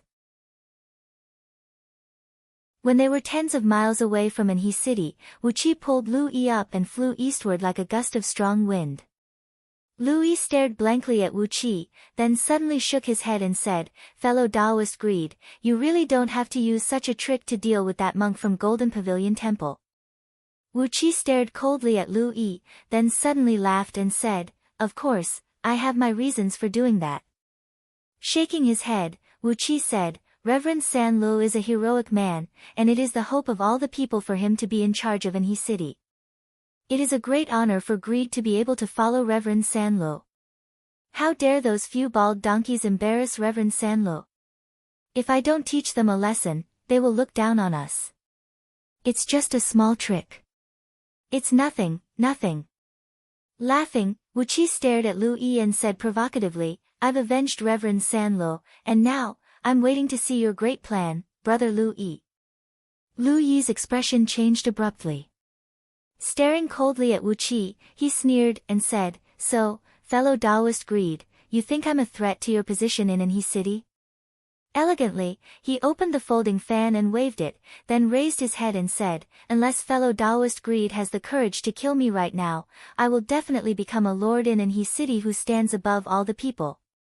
A ferocious gleam flashed in Wu Qi's eyes. He gave Lu Yi a fierce glare and cried out in a tone that was tough on the outside but cowardly on the inside, "Do you really think I don't have the courage to kill you? As long as I find that there's something wrong with you, that monk just now will be a warning to you." Lu Yi smirked and turned his head to look elsewhere. When Wu Qi saw the disapproving look that flashed in Lu Yi's eyes, he breathed out a sigh of relief in his heart. He laughed dryly, then suddenly asked, "Brother Lu Yi, since you dared to talk to Reverend Sanlu like that, aren't you afraid that Reverend Sanlu will reveal your great plan to Euphoria Heavenly Palace, and hand you over to Euphoria Heavenly Palace for a reward?" Lu Yi turned his head and gave Wu Qi a glance, a mocking smile on his face as he continued waving the folding fan in a carefree manner. He was too lazy to answer Wu Qi's question. In Lu Yi's eyes were a mixture of mockery, disdain, and a haughtiness that showed he had surpassed Wu Qi in terms of intelligence, causing him to regard Wu Qi as an idiot. Wu Qi laughed immediately. He had gotten the answer he wanted. After the celestial fiend puppet devoured all of Reverend Sanli's memories, Wu Qi knew that Reverend Sanlu was not favored by Euphoria Heavenly Palace. Instead, he was the kind of unlucky fellow who was always bullied and exploited. It was a mission where the risk outweighed the reward. The city lord of Anhe City was facing a great risk, as he could be assassinated at any time. On the other hand, his mission was to help Euphoria Heavenly Palace collect the taxes in Anhe City, and none of the taxes belonged to Reverend Sanlu. Reverend Sanlu had a great resentment toward Euphoria Heavenly Palace, and apart from that, he also had some unknown feelings toward the master of Euphoria Heavenly Palace, Lady Qiao. It was not hard to imagine that when Lu Yi presented a seemingly flawless plan to Reverend Sanlu would definitely accept his brilliant plan, dragging Euphoria Heavenly Palace and Golden Pavilion Temple into a great war, and then allowing him to reap the benefits. This was the conclusion Wu Qi came to after the celestial fiend puppet devoured all of Reverend Sanli's memories. Yet, since Lu Yi dared to approach Reverend Sanlu and propose such a plan, it showed that his understanding of Reverend Sanlu was not weaker than Reverend Sanlu himself. With Lu Yi's background as an orphan disciple of a hermit, how could he know so many things when he had just arrived in Anhe City? Therefore, there must be someone behind him. They had spent a long period of time investigating Reverend Sanlu, and had come up with a thorough plan. Therefore, Wu Qi was very interested in the person behind Lu Yi. Meanwhile, Wu Qi, Lao Ai, Madman Shua, and Hidden Heart, the old monk who had returned to his youth, were all unfamiliar cultivators who suddenly appeared beside Reverend Sanlu. Unknowingly, Wu Qi and his company had become a variable in the minds of Lu Yi and his people. Variables were always dangerous, and Wu Qi did not want to put himself in danger for no reason. Therefore, he seized the opportunity to show Lu Yi that he was a petty itinerant cultivator who liked to fight for power and profit, a calculative itinerant cultivator, a man who had just joined Reverend Sanli's side, and was preparing to make a fortune or do some other shady business with the help of Reverend Sanlu, an itinerant cultivator with an overall strength of only early-stage Jin Dan realm. Obviously, Wu Qi had played this role very well with the petty tricks he used just now. As a result, Lu Yi no longer had his guard up against Wu Qi. As for what those people behind Lu Yi would think, Wu Qi naturally had a way to deal with them slowly. In short, Wu Qi found this game very interesting. Therefore, he wanted to play it to his heart's content, and find out what those people behind Lu Yi and his company were planning to do. Perhaps, this was an opportunity for him to officially merge with Panga Continent? Wearing a familiar obscene smile on his face, Wu Qi chuckled. A strong wind rolled up Lu Yi and brought him flying towards a lofty mountain several hundred miles to the east. Following Lu Yi's directions, Wu Qi traveled through the woods with gentle slopes.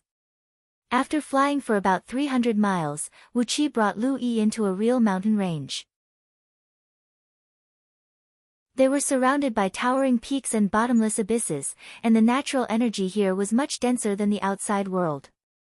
Pangu continent truly deserved to be called the origin of all living beings. The natural energy here was nearly 100 times denser than that of myriad immortals' planet. As far as the naked eyes could see, exotic flowers and plants could be seen everywhere, and many of them were rare and precious materials that could be used to concoct immortal pills and spirit medicines. However, according to the confession obtained from Yu Huan, the Celestial Court and Yu Dynasty had a very strict watch over all the cultivators from outer heavenly realms entering and leaving Pangu continent. Apart from the fact that the Celestial Court could plunder all kinds of rare and precious materials from Pangu continent without any scruples, and the Yu Dynasty could sell all kinds of spirit herbs and precious products to cultivators at a high price through official channels, if any cultivators from outer heavenly realms dared to plunder spirit herbs and excavate ores in Pangu continent on a large scale, they would be severely punished by both the Celestial Court and Yu Dynasty. In the territories of immortal sects that were born and bred on Pangu continent, spirit herbs and other resources were almost fully harvested, just like the outer heavenly realms. The territories under the control of Yu Dynasty were filled with all kinds of spirit herbs, but as they were all controlled by the officials of Yu Dynasty, who would dare to touch them? Even though the regions around Anhui city had been invaded by immortal sects, and most of the official forces of Yu Dynasty had withdrawn from this region, the various prohibitions imposed by Yu Dynasty still had a deterrent force that could strike fear into people's hearts. Yet, not many people dared to harvest the spirit herbs as they pleased, fearing that a careless mistake would attract the army of Yu Dynasty and bring a devastating disaster to themselves or their sections. Following the cloud path through the mountains, they traveled for over 1,000 miles. Suddenly, Louis cried out, "Stop! Stop! It's just nearby." Wu Qi suppressed the gale, grabbed Louis, and came to the top of a slanting peak. This slanting peak was actually a mountain ridge that stood at an angle, standing 100,000 feet tall and shaped like a penholder. It was about 100 feet in width and nearly 10,000 feet in length, hanging in midair like a rui scepter. The mountain ridge was entirely dark green in color. The side facing upward was fully covered with black rock ears, while the side facing downward was covered with wisterias that preferred the shade. At the place where the mountain ridge connected with the main peak, there was a rock that looked like a Ganoderma, about 100 feet in circumference. Louis pointed at the rock and said, "It's right there. It's right there. Go there now. As long as we have this thing, Euphoria Heavenly Palace and Golden Pavilion Temple will fight each other to the death." Wu Qi threw Lu Yi to the top of the slanting peak, then he himself slid towards the rock. He pulled out a lower-grade flying sword that he snatched from others and chopped off all the wisterias around the rock. Gradually, the rock revealed its true form. It was a Ganoderma that measured over 100 feet in circumference, and was entirely dark purple in color, nearly crystallized. A Ganoderma like this had lost its vitality, and could no longer contain any medicinal strength. However, in the core of this enormous crystallized Ganoderma, through its transparent body, Wu Qi could see a 3 feet in diameter spherical space. This spherical space was filled with a purple liquid, within which, a palm-sized, small, an adorable white horse was hovering quietly in the liquid. "This is..." Wu Qi took a deep breath. Louis gave Wu Qi a quick and mocking glance, then said with an indifferent tone, "It's just a Ganoderma horse condensed from the vital essence of a Ganoderma immortal who failed to transcend the tribulation."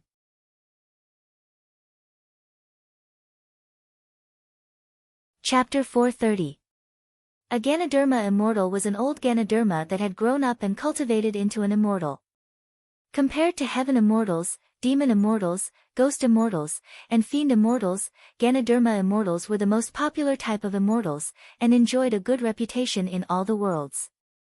Firstly, Ganoderma immortals were not good at fighting. Apart from the earth and would escape arts that they were naturally proficient in, they basically did not know any offensive magic. Secondly, Ganoderma immortals were very useful. Basically, Ganoderma immortals were all-purpose spirit herbs. No matter if one was injured in the fleshly body, soul, internal or external injuries, poisoned, or sick, with just a tiny bit of flesh and blood taken from a Ganoderma immortal, they would be able to fully recover. Furthermore, the thing that made immortal Ganoderma so popular among all the immortals and other living beings in the world was its mild medicinal effect. As long as one could capture an immortal Ganoderma, there was no need to concoct it with seasonings. They could simply swallow it alive, and they would be able to obtain the energy essence and cultivation base that the immortal Ganoderma had cultivated for countless years without any side effects. Even if a mortal swallowed a Ganoderma immortal who was as strong as a gold immortal, he could still step into the realm of gold immortal in just a few months. Therefore, on Pangu continent and even in the celestial court, apart from some Ganoderma immortals who had extremely strong backers who could live safely in luxuriously decorated palaces and pavilions, where they would donate their blood for free every 300 to 500 years and have their backers concoct all sorts of spirit pills and medicines for them, wild Ganoderma immortals would basically be devoured by humans or some other living beings right after they showed their faces. Who would let go of such a great opportunity to rise to the top in a single bound? The crystallized Ganoderma in front of Wu Qi measured about 100 feet in circumference, and it had been growing for an unknown period of time. Unfortunately, he did not know when he was transcending his thunder tribulation, and his sentience was accidentally killed by the thunder tribulation, causing him to restrain all his energy essence and give birth to this Ganoderma horse. On the other hand, the Ganoderma horse was gradually absorbing the natural energy, eventually forming into an unprecedentedly crystallized Ganoderma horse. Ha! Wu Qi exerted the strength that was roughly equivalent to that of a Jin Dan cultivator and smashed his fist onto the Ganoderma horse. A crisp sound echoed out as Wu Qi's palm bounced back 2 feet high. He felt a dull pain in his palm, but the Ganoderma horse was not damaged at all. Wu Qi looked at the crystallized Ganoderma in surprise. He took out a flying sword and hacked at the Ganoderma a dozen times. However, the sword light shot out in all directions and sparks flew in all directions. Not a single mark was left on the Ganoderma. Louis crawled up the slanting peak while trembling.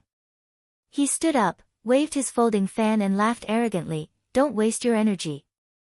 This immortal Zoisha is definitely not an ordinary heaven immortal, so there's no way you can open its true form. If it was so easy to open this Ganoderma and take out the Ganoderma horse, I would have long consumed the Ganoderma fluid beside the Ganoderma horse. Although it can't make me immortal, it can at least prolong my lifespan." Looking at Lu Yi in astonishment, Wu Qi sneered and said, "I can't tell that you don't have high expectations. Just the Zoisha liquid is enough to satisfy you." Lu Yi glanced at Wu Qi disdainfully. He patted the Ganoderma and said lightly, "You don't even know this? I'm a member of the human race. Birth, old age, sickness, and death are all part of the heavenly Tao. It's fine for me to prolong my lifespan, but consuming the Ganoderma horse and becoming an immortal? That goes against the commandment of the human race." With a flicker in his eyes, Wu Qi compared the confession he obtained from Yu Hehuan, and he could not help but nod his head silently. It was true that the human race was not allowed to cultivate and become an immortal. Furthermore, the human race could really resist the temptation of immortality after becoming an immortal. Very few of them would step onto the path of immortal cultivation for the sake of immortality. Perhaps this was the source of the secret conflict between the celestial court and the human race. Wu Qi smiled sheepishly and cast away these questions that were still far away from him. He pointed his finger at the cliffs on both sides. Immediately, large clusters of wisterias crawled over slowly, covering the crystallized Ganoderma completely. After that, he pulled Lu Yi up and flew towards Anhi city on a strong wind. "What you said is true.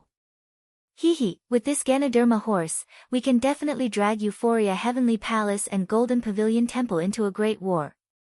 Staring at Lu Yi, Wu Qi grinned coldly and said, "But, you haven't given us a plan on how to eradicate those immortal sections."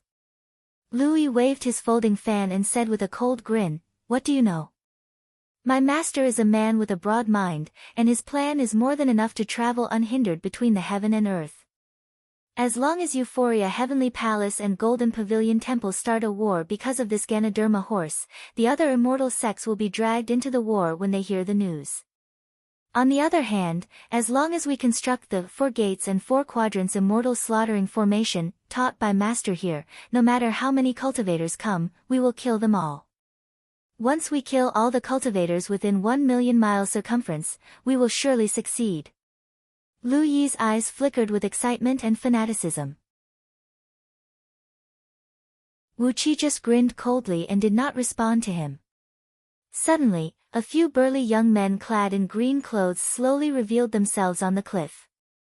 One of them, who was obviously the leader, crossed his arms before his chest and said with a low laugh, "Lu Yi, this pretty boy, is not bad. He has really convinced that Reverend Sanlo. TSK, this is going to be fun." The other few young men chuckled at the same time, murmuring under their breaths. The general idea was, after wasting the energy left behind by such a rare Ganoderma immortal after transcending his tribulation, it would be a great loss for them if they could only deal with Euphoria Heavenly Palace and Golden Pavilion Temple. No matter what, they had to turn Anhi City upside down, dragging all the powers behind Euphoria Heavenly Palace and Golden Pavilion Temple into this, and wipe them all out in one fell swoop. The leading young man tilted his neck, gently stroking the crystallized Ganoderma immortal as he murmured, "Anlu County. TSK, I can take back Anlu County from my hands, and teach those immortal sects who dared to invade the land of Dayu a hard lesson. I suppose my contribution this time is enough for me to be conferred the title of Marquis, right? He, Master Yu is the one who taught me the best. How could I have so many ideas in the past?" Upon hearing the name, Master Yu, the faces of the other few young men turned serious immediately. Their eyes shone with the same excitement and fanaticism as Lu Yi. Chi-Chi answered. After discussing the details of the operation in a low voice, the few young men whistled at the same time. Suddenly, a few huge black eagles, each with a wingspan of over 300 feet, swooped down from the sky. They leaped up and mounted the eagles, whistling excitedly as they drove them westward. When the few young men had gone far away, a stream of earth and mist suddenly sprayed out from near the Ganoderma. The yellowish mist wiggled for a while, and then Wu Qi walked out from it. Clapping his hands delightedly, Wu Qi grinned coldly and said, "Fortunately, all 18 celestial fiend puppets are my clones. Otherwise, I would have let go of such a precious treasure. This is a Ganoderma immortal after he failed to transcend his tribulation, and its divine sense was destroyed by the heavenly thunder, while its energy essence was restrained." After exclaiming for a while, Wu Qi carefully placed both palms on the Ganoderma, then gently released a thread of innate wood element energy and sent it into the Ganoderma. Suddenly, the Ganoderma immortal inside the Ganoderma emitted a faint green glow, which resonated with the innate wood element energy sent into it by Wu Qi. Gradually, the Ganoderma immortal's body became brighter, and a faint fragrance was slowly wafting out from the depths of the Ganoderma. This is not an ordinary heaven immortal, but the essence left behind by a middle-grade heaven immortal who failed to transcend his tribulation. Perhaps it is a 10th-tier heaven immortal. Oh my! If I can obtain the innate yang energy and cultivate an innate nascent divinity, with the power of this Ganoderma immortal and the Ganoderma liquid, I will definitely be able to transform my 7 stealing heaven meridians into chaotic stealing heaven meridians, and transform my fleshly body into an innate spirit body. At that point, all the magical abilities found in the scroll of stealing will be truly unlocked to me. Saliva nearly dripped down from the corner of his mouth. Wu Qi licked his lips, his eyes darting from side to side. Suddenly, he grinned coldly and said, "Fine, let's set each other up." A bright green light burst out from Wu Qi's body, as he had injected nearly all the innate wood element energy in his body into the Ganoderma immortal's body.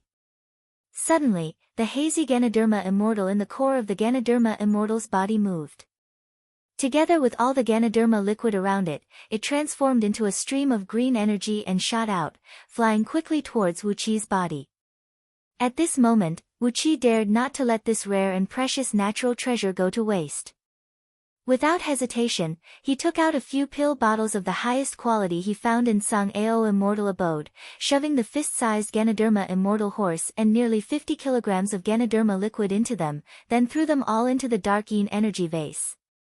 With the nourishment from the acquired water of pure yin contained in the dark yin energy vase, the Ganoderma horse and the Ganoderma liquid would not be harmed by anything. Instead, they would receive the help from the acquired energy contained in the spirit water, which would make the Ganoderma horse and the Ganoderma liquid grow stronger and stronger. Grinning coldly, Wuqi glanced left and right, then suddenly reached his hand into the spirit breeding ring and pulled out a 2-foot-long big radish. This big radish was one of the crops grown by the people of Longbow Kingdom in the spirit breeding ring. With a casual shake of his hand, Wuqi crushed the radish into pieces, leaving only the core and the whitest and juiciest radish flesh, which transformed into a fair and tender horse-shaped statue that looked exactly like the Ganoderma horse. After that, he took out several tens of kilograms of drunken dragon incense, and from the dark yin energy vase, he took out several tens of kilograms of transforming yin water, which had the magical effect of corroding the fleshly body of immortal cultivators. Wuqi mixed these two vicious things together, then used the yin thunder technique found in the dark yin water scripture to inject 3 yin thunderbolts into the transforming yin water. After that, he imitated what he had done earlier, and protected by the innate wood element energy, he easily sent all these things into the Ganoderma immortal's body. Through the crystallized body of the Ganoderma immortal, Wuqi saw that its core was still a pool of purple liquid, and a white pony was hovering quietly in it. 4 gates and 4 quadrants immortal slaughtering formation. Wuqi gave a strange laugh, then shook his head disdainfully and said, "The offensive strength of this formation is not enough, definitely not enough. The terrain here is not bad. There are mountains all around. Let me give you a little boost." After cleaning up all the traces in the surroundings, Wuqi plunged into the ground excitedly and began to work diligently. After digging a tunnel 100 miles underground, he guided a part of the energies from several dozens of nearby energy veins to the bottom of this slanting peak. Then, he constructed an extremely vicious formation, a formation that only allowed the energies to enter, and not allow them to leak out. All the energies were blocked in one spot, like a high-pressure boiler. Once it was detonated, the entire mountain ridges in the vicinity would be blown away. Fearing that the formation's offensive strength was not enough, Wuqi had also constructed countless vicious restrictive spells underground, all of which came from the Tao of ghosts and deities taught by Princess Zhanglu. Once these restrictive spells were exposed, Wuqi was going to put the heavy blame on Yu Miao's head. "Old fool, I'm waiting to see a good show from you." Using Lu Yi and the others' plan, he would eradicate all the immortal sects within 1 million miles of Anhui City, then replace himself as the city lord of Anhui City. With the power of Anhui City, he would heal his wounds, and at the same time, gather all sorts of information about Panga continent, and put a load of shit on Yu Miao's head.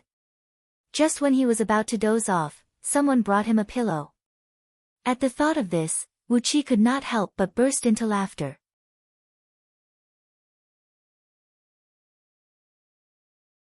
Chapter 431. All the people under the heaven thought that they had the pearl of wisdom in the palm of their hands, but in fact, they were all people who were being calculated by others. Wuqi changed his visage and returned to Anhui City from outside the city. He did not return to the city lord mansion, but strolled aimlessly along the streets in Anhui City. With those celestial fiend puppets guarding the city lord mansion, it was no different from him being there. With 18 fiend immortals working together, Wuqi was not worried about anything in the vicinity of Anhui City. Outside the city gate, the 4 monks had already vanished without a trace. The arrogant ones were afraid of the reckless ones, the reckless ones were afraid of the reckless ones, and the reckless ones were afraid of the shameless ones. Following Wuqi's order, Madman Shui ransomed all the oldest and ugliest prostitutes in Anhui City, then threw them one after another into the vats used by the 4 monks to beg for alms. Although the monks had cultivated their state of mind to be as calm as a dried well, they still could not bear the laughter of several tens of thousands of cultivators in Anhui City. They threw away the vats, spun, and fled in a sorry state. When Wuqi returned to the city, over 100 old women were still standing at the city gate, cursing and scolding the monks. There was even an old lady who was so old that she was on her last breath, her body trembling as if she could die at any time. She was waving a big red handkerchief as she stomped her feet and roared, "Those bald donkeys! I've taken a fancy to their bald heads. That's the fortune they exchanged in their previous lives by smashing 100 wooden fishes and chanting scriptures. I've just hugged him and kissed him. Why did he run away? He deserves to be a bachelor for the rest of his life. On Pangu continent, no matter it was the territory governed by the human race or the territory governed by the immortal sects, there had never been such an unreasonable and unreliable thing. Just 100 or so old women were enough to scare the 4 great monks of Golden Pavilion Temple away. They were all eminent monks of the nascent divinity realm. The several tens of thousands of cultivators in Anhe city laughed so hard that their stomachs hurt. When Wuqi entered the city, he could still hear these cultivators and mortals huddled together, discussing whether they could use the prostitutes to deal with those monks in the future.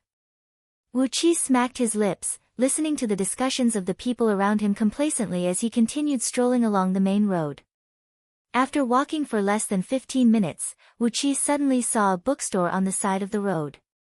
There was even a sign hanging at the entrance of the shop. The words on it were very arrogant, selling illustrations of rare objects in the heavenly cycle. Wuqi's heart skipped a beat as he hurriedly walked into the shop. The scroll of stealing had recorded all the rare and precious items in the universe. But, as Pangu continent was expanding at any time, there might be new and novel items emerging from the chaotic airflow every day.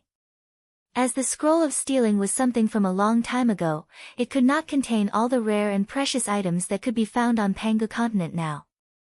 Wuqi felt that it was necessary for him to update the information in scroll of stealing, as there would always be something new. The interior of the huge shop was completely empty. The 4 walls were filled with bookshelves, and on top of them were jade slips that flickered with a faint glow. The storage of these jade slips was not large, and the labels at the bottom were all labeled with names such as Catalogue of Great Yu's Jing Province, Catalogue of Great Yu's Huang Province, Encyclopedia of Demons in West Ocean, and so on. In the innermost part of the shop, behind a small counter, an inconspicuous old man, clad in a green robe and a small burlap hat, was seen sitting on a wooden chair, silently reading a paper book while shaking his head. Next to the counter was a 9-storied bookshelf, placed on top of which were 63 jade slips. The volume of these jade slips was at least 100 times larger than those jade slips, and the labels underneath them were labeled with names such as Catalogue of 39 Easternmost Provinces of Diyu, and Guide to Spirit Herbs in 108 Perilous Lands around Diyu. Wuqi walked around the bookstore, and finally came before the counter. He lightly knocked on the surface of the counter with his finger.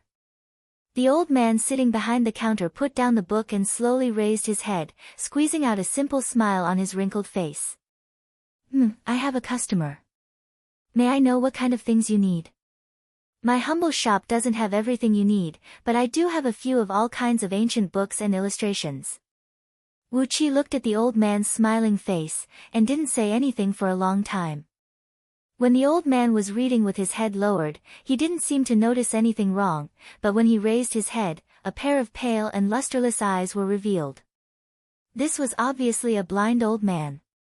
When Wuqi thought of the old man's intoxicated look while reading, he felt very strange in his heart. After a long while, Wuqi let out a hollow laugh and asked, "May I ask, do you have a map book here?" The old man put down the book in his hand, and smilingly said, "Map book?" "Yes, the map book of Anhe County, as well as the maps of the surrounding provinces. However, you get what you pay for. The map book of Anhe County costs 1,000 gold ingots, or 100 low-grade energy stones. As for the maps of the surrounding provinces, each map costs 100,000 gold ingots, or 10,000 low-grade energy stones. For each additional province, the price will be increased by 50%. Blinking his eyes, Wuqi carefully looked at the old man's pale eyes, and curiously asked, "How large is the area of this province?" The old man laughed, "Customer, you don't even know how large a province is, and you're here to buy a map book? It seems like you're interested in traveling." After a moment of silence, the old man nodded and said, "There's a Pegasus Palace in the Imperial Court of Diyu, which raises all kinds of Pegasus with the bloodline of divine beasts.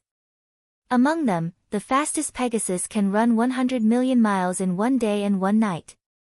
Showing 9 fingers, the old man flipped them back and forth, then smilingly said, a Pegasus can run for 81 days, and the area covered by it is the standard of a province of Diyu dynasty. Therefore, you can buy a map of a province with just 100 lower-grade energy stones. That's a very cheap price. Upon hearing the old man's words, Wuqi could not help but click his tongue. A province is actually such a huge piece of land? After a moment of silence, Wuqi lowered his voice and asked, then, do you have a map of the entire Panga continent?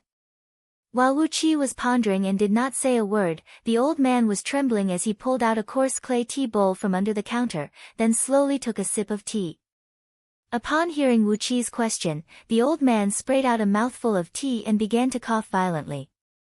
It was as if a tea leaf was stuck in his throat. The old man's face turned red from the coughing, and his breath was stuck in his throat. Wuqi hurriedly went behind the counter, massaging the old man's chest with one hand and supporting the back of the old man's neck with the other. With a gentle shake, he shook the thick and long tea leaf out of the old man's throat. The old man coughed, and finally, his breathing became smoother. He panted a few times before he could breathe normally again. Rolling his eyes and giving Wuqi a glare, the old man murmured, please don't joke with me, my guest. You nearly choked me to death. The map of Panga continent? Apart from the Panga's mountain and river map, in the imperial palace of Yu dynasty, and the cosmic mirror of rivers and mountains in the celestial court, which can show the whole face of Panga continent, who can know what Panga continent looks like now? Picking up the tea bowl and taking another sip, the old man shook his head and said, if you are a high-ranking immortal official of the celestial court, you can still get a part of the map of Panga continent from the celestial court. That is a territory that has been plundered by people for at least a few hundred times, and only a few leaves are left. The celestial court is still busy sending reliable immortals to plunder the maps of those new places. How could they possibly provide the maps to someone else? Stunned, Wuqi asked hurriedly, what about Diyu? The old man twitched his lips and said with a grin, what about Diyu? The prefectural governor of a county would have the maps of the nearby counties. The prefectural governor of a prefecture would have the maps of the nearby prefectures. Other than that, the generals who were stationed at various places would have the corresponding maps of their armies. As for the maps of the entire Panga continent, TSK, perhaps apart from the current human emperor, no one can have them. Wuqi fell silent. Frowning helplessly, he heaved a long sigh and said, well, old man, do you know a place called Yuxiong Plain? The old man's pale eyes darted back and forth, then he looked at Wuqi in surprise and said with a smile, don't you know that Yuxiong Plain is the capital city of Diyu? Wuqi clapped his hands and said, so, the capital city of Diyu is in Yuxiong Plain? Then, is it difficult to go to the capital city of Diyu? The old man shook his head bluntly and said, it's fine for the human race to go there. Any immortal cultivator who steps into it will be cut into pieces. The simple and straightforward answer made Wuqi feel suffocated in his heart. It's fine for the human race to go into Yuxiong Plain. Any immortal cultivator who steps into Yuxiong Plain will be cut into pieces? Wuqi asked with a little resentment, don't tell me those immortal officials of the celestial court will be cut into pieces as well? The old man nodded and said, not to mention those immortal officials, there was once a primordial immortal who strayed into Yuxiong Plain and was cut into pieces. Wuqi sucked in a cold breath and smacked his lips with difficulty. He laughed dryly and said, a primordial immortal. What kind of existence is that? The old man twitched his mouth and said with a smile, a primordial immortal is indeed powerful, but any immortal cultivator who dares to step into the 10 billion miles around the capital city of Diyu will end up the same. Unless he is an angel sent by the great celestial emperor of the celestial court, the middle celestial jade pivot, no other immortal cultivator will be able to step into Yuxiong Plain and die. Wuqi fell silent. Sighing, he took out a small pile of upper-grade energy stones and said, old man, please give me the maps of the few nearby provinces, as well as the maps of the 108 perilous lands around Diyu. And the maps of those rare and precious treasures as well. TSK, immortal cultivators are not allowed to enter the capital city of Diyu? That's boring. While laughing, the blind old man took out a few jade scrolls and jade slips and handed them to Wu Qi, then quickly pocketed the upper-grade energy stones Wu Qi had placed on the counter. He smiled at Wu Qi and said, "It's a good idea to travel around Panga continent, my dear guest. Young man, it's always good to travel and see more. But, for immortal cultivators, it's better not to get too close to the capital city of Yu Dynasty, provincial cities, county cities, and military garrisons, or you will be killed." Smacking his lips, Wu Qi shook his head, then took out a packet of spirit tea he collected on Myriad Immortals planet and gave it to the blind old man. "Well, I'll think of something from the celestial court." "Tisk, it's just a map." Grumbling under his breath, Wu Qi turned to the old man and said with a smile, "Thank you, old man. This tea is nice. Try this." The blind old man was taken aback. Then, he smiled and took over the packet, then fished out another tea from the counter and gave it to Wu Qi. "You are very kind, my dear guest. After so many years, this is the first time that a customer has given me tea. The tea smells nice. But, my dear guest, you can try my tea as well. It has an extraordinary taste." Wu Qi took over the tea indifferently. After chatting with the blind old man for a while, he shook his head and walked out of the bookstore. After taking a few steps on the street, Wu Qi suddenly felt that something was not right. He jerked his head and looked over his shoulder. Where was the bookstore? Originally, the bookstore's neighbors were a restaurant and a butcher shop. But now, the bookstore was gone, and the restaurant and the butcher's shop were right next to each other, and their business was booming. A chill rushed up from the bottom of his heart. Looking at the tiny packet of tea in his hand, Wu Qi murmured under his breath, "Did I just see a ghost?" It was broad daylight, and with Wu Qi's current cultivation base, how could a ghost dare to appear before him?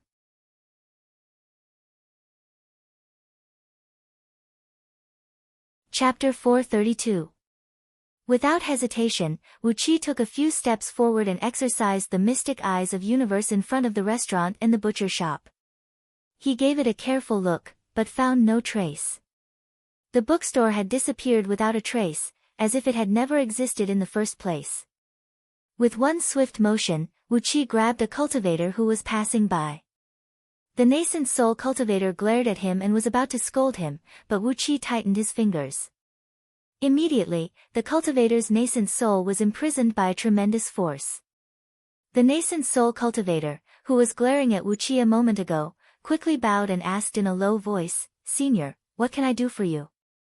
"Junior will definitely help Senior handle it properly."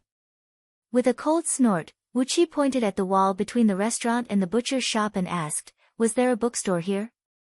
The nascent soul cultivator was struck dumb for a long while.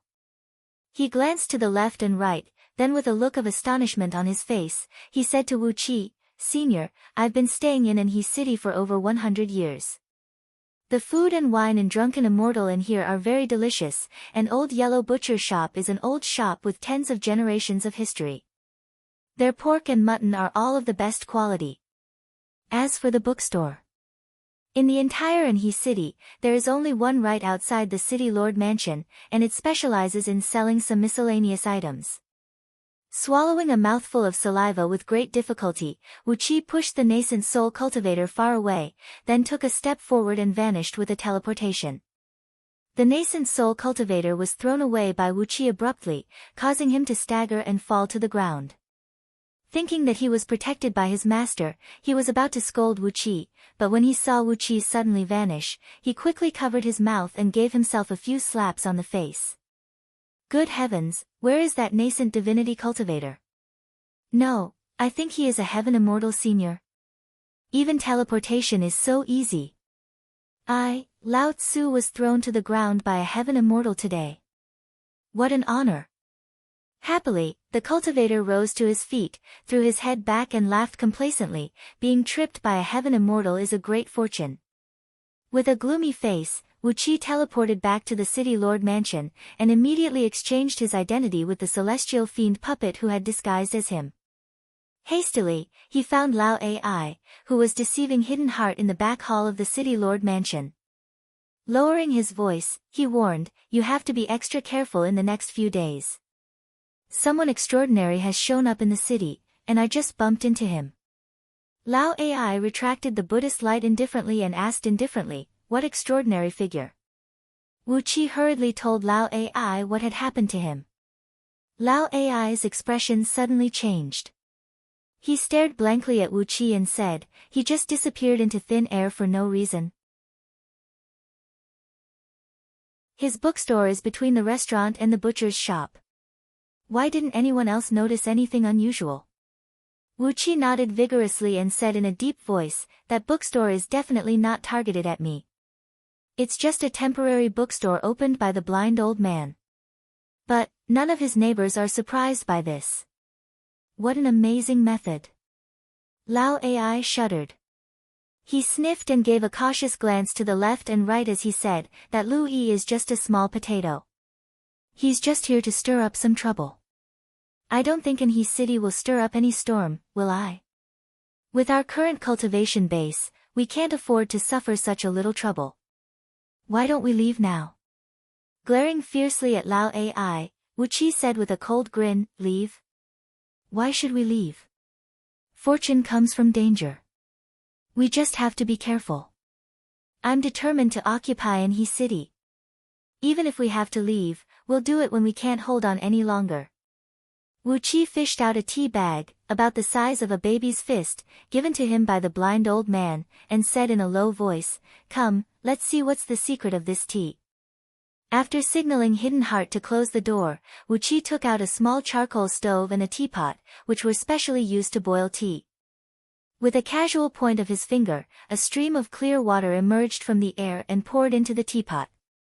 Then, he fished out a few pieces of high-quality silver frost charcoal and lit a fire. Before long, the water in the teapot was boiled. When he opened the tea bag, Wu Qi found that it was a bag of coarse tea leaves. The leaves were huge, and the stalks were not even properly separated. The aroma of the tea leaves was strong and bitter, and one could easily tell that it was not a good tea. Wu Qi did not care about that. He threw about 50 grams of tea into the teapot, then turned on the fire and began to boil it. After boiling the tea, Wu Qi threw the charcoal stove back into the black dragon spirit ring, then took out 4 large bowls and divided the dark tea into 4 equal portions. Not only the tea, Wu Qi also divided the tea leaves and threw them into the bowls. He picked up a bowl of tea, stared at Lao Ai, smiled and said, "If you have the guts, drink this tea with me and see what kind of effect it has." Hee, I've made a deal with him, and I've even given him a bag of fine tea leaves. I don't think he would use poison to harm people, would he? Madman Shui and Hidden Heart turned to look at Lao Ai at the same time, but Lao Ai was sitting motionlessly on the bed. He crooked his lips and stared at Wu Qi as he said, "You drink first. A gentleman does not stand under a collapsing wall. I, Lao Ai, can be considered half a gentleman." Wu Qi gave Lao Ai a scornful glance, his eyes filled with disdain. Lao Ai's expression did not change. He was still sitting on the bed with a solemn expression, clasping his palms together as he stared at Wu Qi. Seeing how shameless Lao Ai was, Wu Qi was at his wit's end. He picked up a large bowl and took a deep breath, then carefully poured the tea into his mouth along with the tea leaves. It was bitter, and very astringent. On top of that, it was as if the tea was filled with soil, so coarse that it was hard to swallow. However, when Wu Qi tried his best to swallow the tea and all the tea leaves into his stomach, a warm stream of energy rose from his stomach and slowly circulated through his entire body. The aura of death that had accumulated in Wu Qi's body slowly melted away, transforming into pure energy, which was the complete opposite of the aura of death, and fused into Wu Qi's body. Wu Qi was drenched in sweat, while a pure yang energy spread out from his body, causing the temperature in the room to rise significantly. Narrowing his eyes, Wu Qi felt that he was like a little seedling that was suddenly nourished by sunlight, water, and abundant fertilizer, growing bigger and bigger in an instant, turning into a strong and sturdy tree. His 5 internal organs were moving at the same time, and the innate spirit root in them was growing stronger at the same time. The vigorous life force made Wu Qi feel very comfortable. After drinking a bowl of tea, Wu Qi felt every aspect of his body was strengthened. Even his cultivation of 36 transformations of heavenly dragons showed signs of breaking through the 36th transformation realm at any time and entering the 35th transformation realm. He gave a loud and joyful laugh, then reached out his hand to grab the other 3 bowls in front of him. However, even though Wu Qi was fast, Lao Ai, Madman Shui, and Hidden Heart were even faster. Right when the pure yang energy spread out from Wu Qi's body, they had already reached out their hands and grabbed one of the bowls. While Wu Qi was laughing joyfully, they had already shoved all the tea and tea leaves into their mouths, swallowing them in one gulp. All of a sudden, Hidden Heart sighed lightly. A relic emerged above his head, with 3 white lotus thrones underneath it. Madman Shui laughed joyfully as a pinkish beam shot out from the top of his head, amidst which, a tiny nascent soul was seen wheeling. Meanwhile, Lao Ai snorted coldly. Crisp cracking noises could be heard coming from all over his body, while a large amount of extravasated blood kept oozing out from under his skin. A delightful, evil smile emerged from the corner of Lao Ai's mouth. Streams of pink light kept bursting out of his body, and gradually, a faint golden hue could be seen in them. Eventually, the light emanating from his body turned into a pure golden color. The wheel of delight shot out from the back of Lao Ai's head. 3 fist-sized relics could be seen hovering on top of the wheel, each glinting with a pinkish light. Underneath each relic were 3 golden lotus flowers, which made a total of 9 golden lotuses hovering behind Lao Ai's head. An intoxicating fragrance kept spreading out from Lao Ai's body, and amidst the fragrance was a bizarre force that could make one's nascent divinity sway. Looking at the strange phenomenon above Lao Ai's head, Hidden Heart could not help but nod and praise, truly worthy of being the true form of Bodhisattva. Such a marvelous divine ability is not something common monks like us can compare with. Instinctively, Wu Qi held his breath and sealed all the pores on his body. He even cast a few restrictive spells around him, isolating the fragrance wafting out from Lao Ai's body. Then, he sent a divine will towards Lao Ai and asked, "What trick are you playing?" Lao Ai's divine will quickly replied, "It is indeed an excellent tea, a supreme treasure. My injuries have fully healed, and I've already formed the lotus thrones and immortal soul. Now, I've attained the realm of heaven immortal and arhat at the same time. Hee. Once I unleash my aura, I will be able to attract the heavenly tribulation."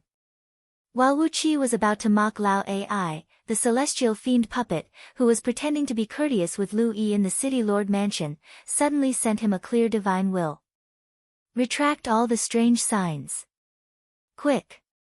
Wu Qi cried out in a low voice, "The people from Euphoria Heavenly Palace are here, and their leader is Lady Qiao, together with her 2 gigolos. TSK. Both of her gigolos are 33rd tier heaven immortals." Right after Wu Qi's voice faded, a soft, coquettish and flirtatious voice was heard coming from the front, "I'm here. Why aren't you greeting me quickly, my children?" Rip. Upon hearing the voice, Madman Shui's trousers were ripped open. Wow! Hidden Heart, whose cultivation base was only at the peak of Jin Dan realm, could not resist the voice at all. As the cultivation technique of Euphoria Heavenly Palace and the Zen technique of Buddhist League happened to be the nemesis of each other, the devilish voice invaded his mind, causing blood to spray out from all 7 apertures of his. Wu Qi's body swayed slightly, but his face immediately returned to normal. Looking at the pale-faced old monk, he casually cast a spirit talisman on his body and helped him stabilize his mind. Among all the people, only Lao Ai was not affected by the voice. Instead, he became extremely excited, hastily pulling out a new set of clothes and dressing himself. Judging from the voice, this woman is even more exciting than that coquettish vixen Su Meier. I'm going to have a good time with her today. Before long, Wu Qi, who had retracted all his aura, followed behind Lao Ai, whose body seemed to be glowing with a bright light. They came to the front gate of the courtyard to greet Lady Qiao, the master of Euphoria Heavenly Palace. As soon as Lao Ai appeared, the faintly discernible fragrance on his body drifted away, filling the entire courtyard with his faint aroma. Suddenly, the flirtatious voice rang out, filled with an unconcealable joy. I didn't expect to meet such an amazing man like young master here. I wonder if Qiao is fated to invite young master into my tent.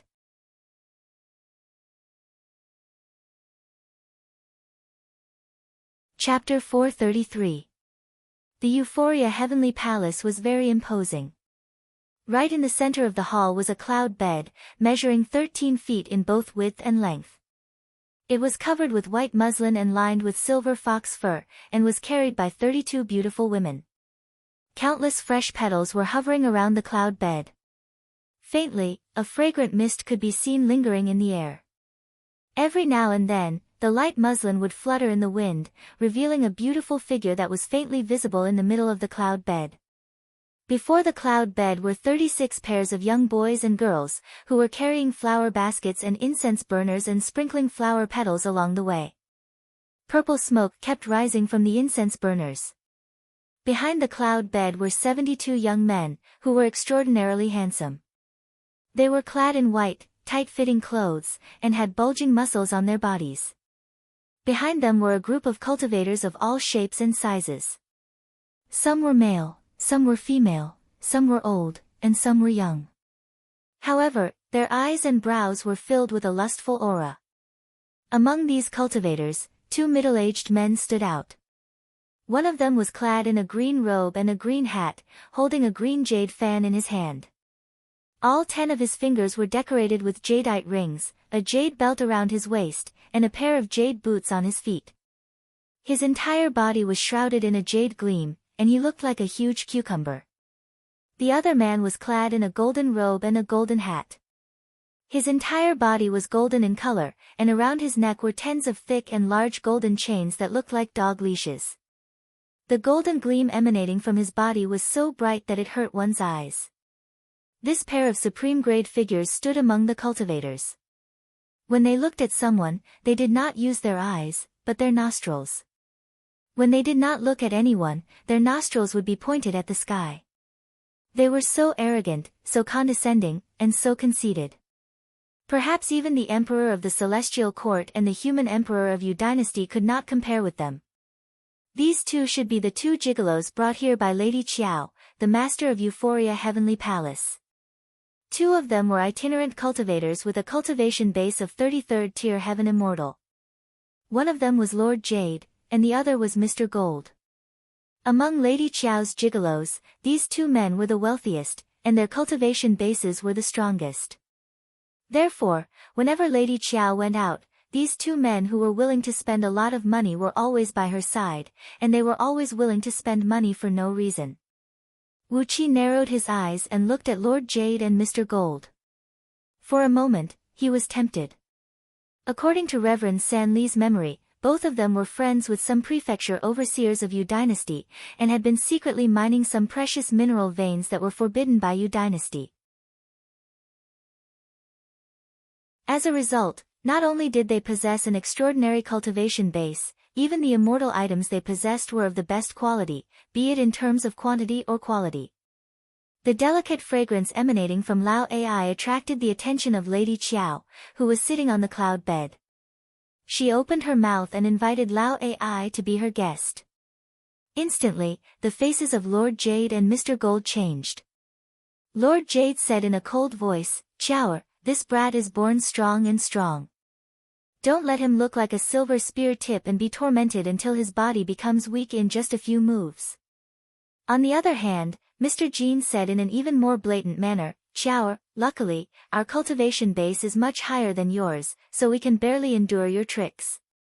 Every year, we waste a lot of magic power and cultivation base in your stomach. I don't think this brat can withstand your plucking, can he?" Wu Qi bowed his head and did not say a word. Just now, the celestial fiend puppet who had transformed into Reverend Sanle had sent the news about the Ganoderma horse to Euphoria Heavenly Palace through a secret channel. Lady Qiao was delighted, and she could not wait to rush over here, as she was planning to investigate the slanting peak. Meanwhile, in the City Lord mansion, some servants who were loyal to the former City Lord, Master Jing'an, had also spread the news through some channels. As the 4 guardians of Golden Pavilion Temple were not far away from here, presumably, Golden Pavilion Temple had received the news as well. According to Lu Yi's plan, when Euphoria Heavenly Palace and Golden Pavilion Temple started fighting over the Ganoderma horse, the other immortal sects in Anhui City would receive the related information as well. At that point of time, there would be a good show to watch. While pondering over all these, Lao Ai had already burst out laughing and said, "Look like a silver spear tip. Who dares to say they have an indestructible body in front of me? Hee, Lao.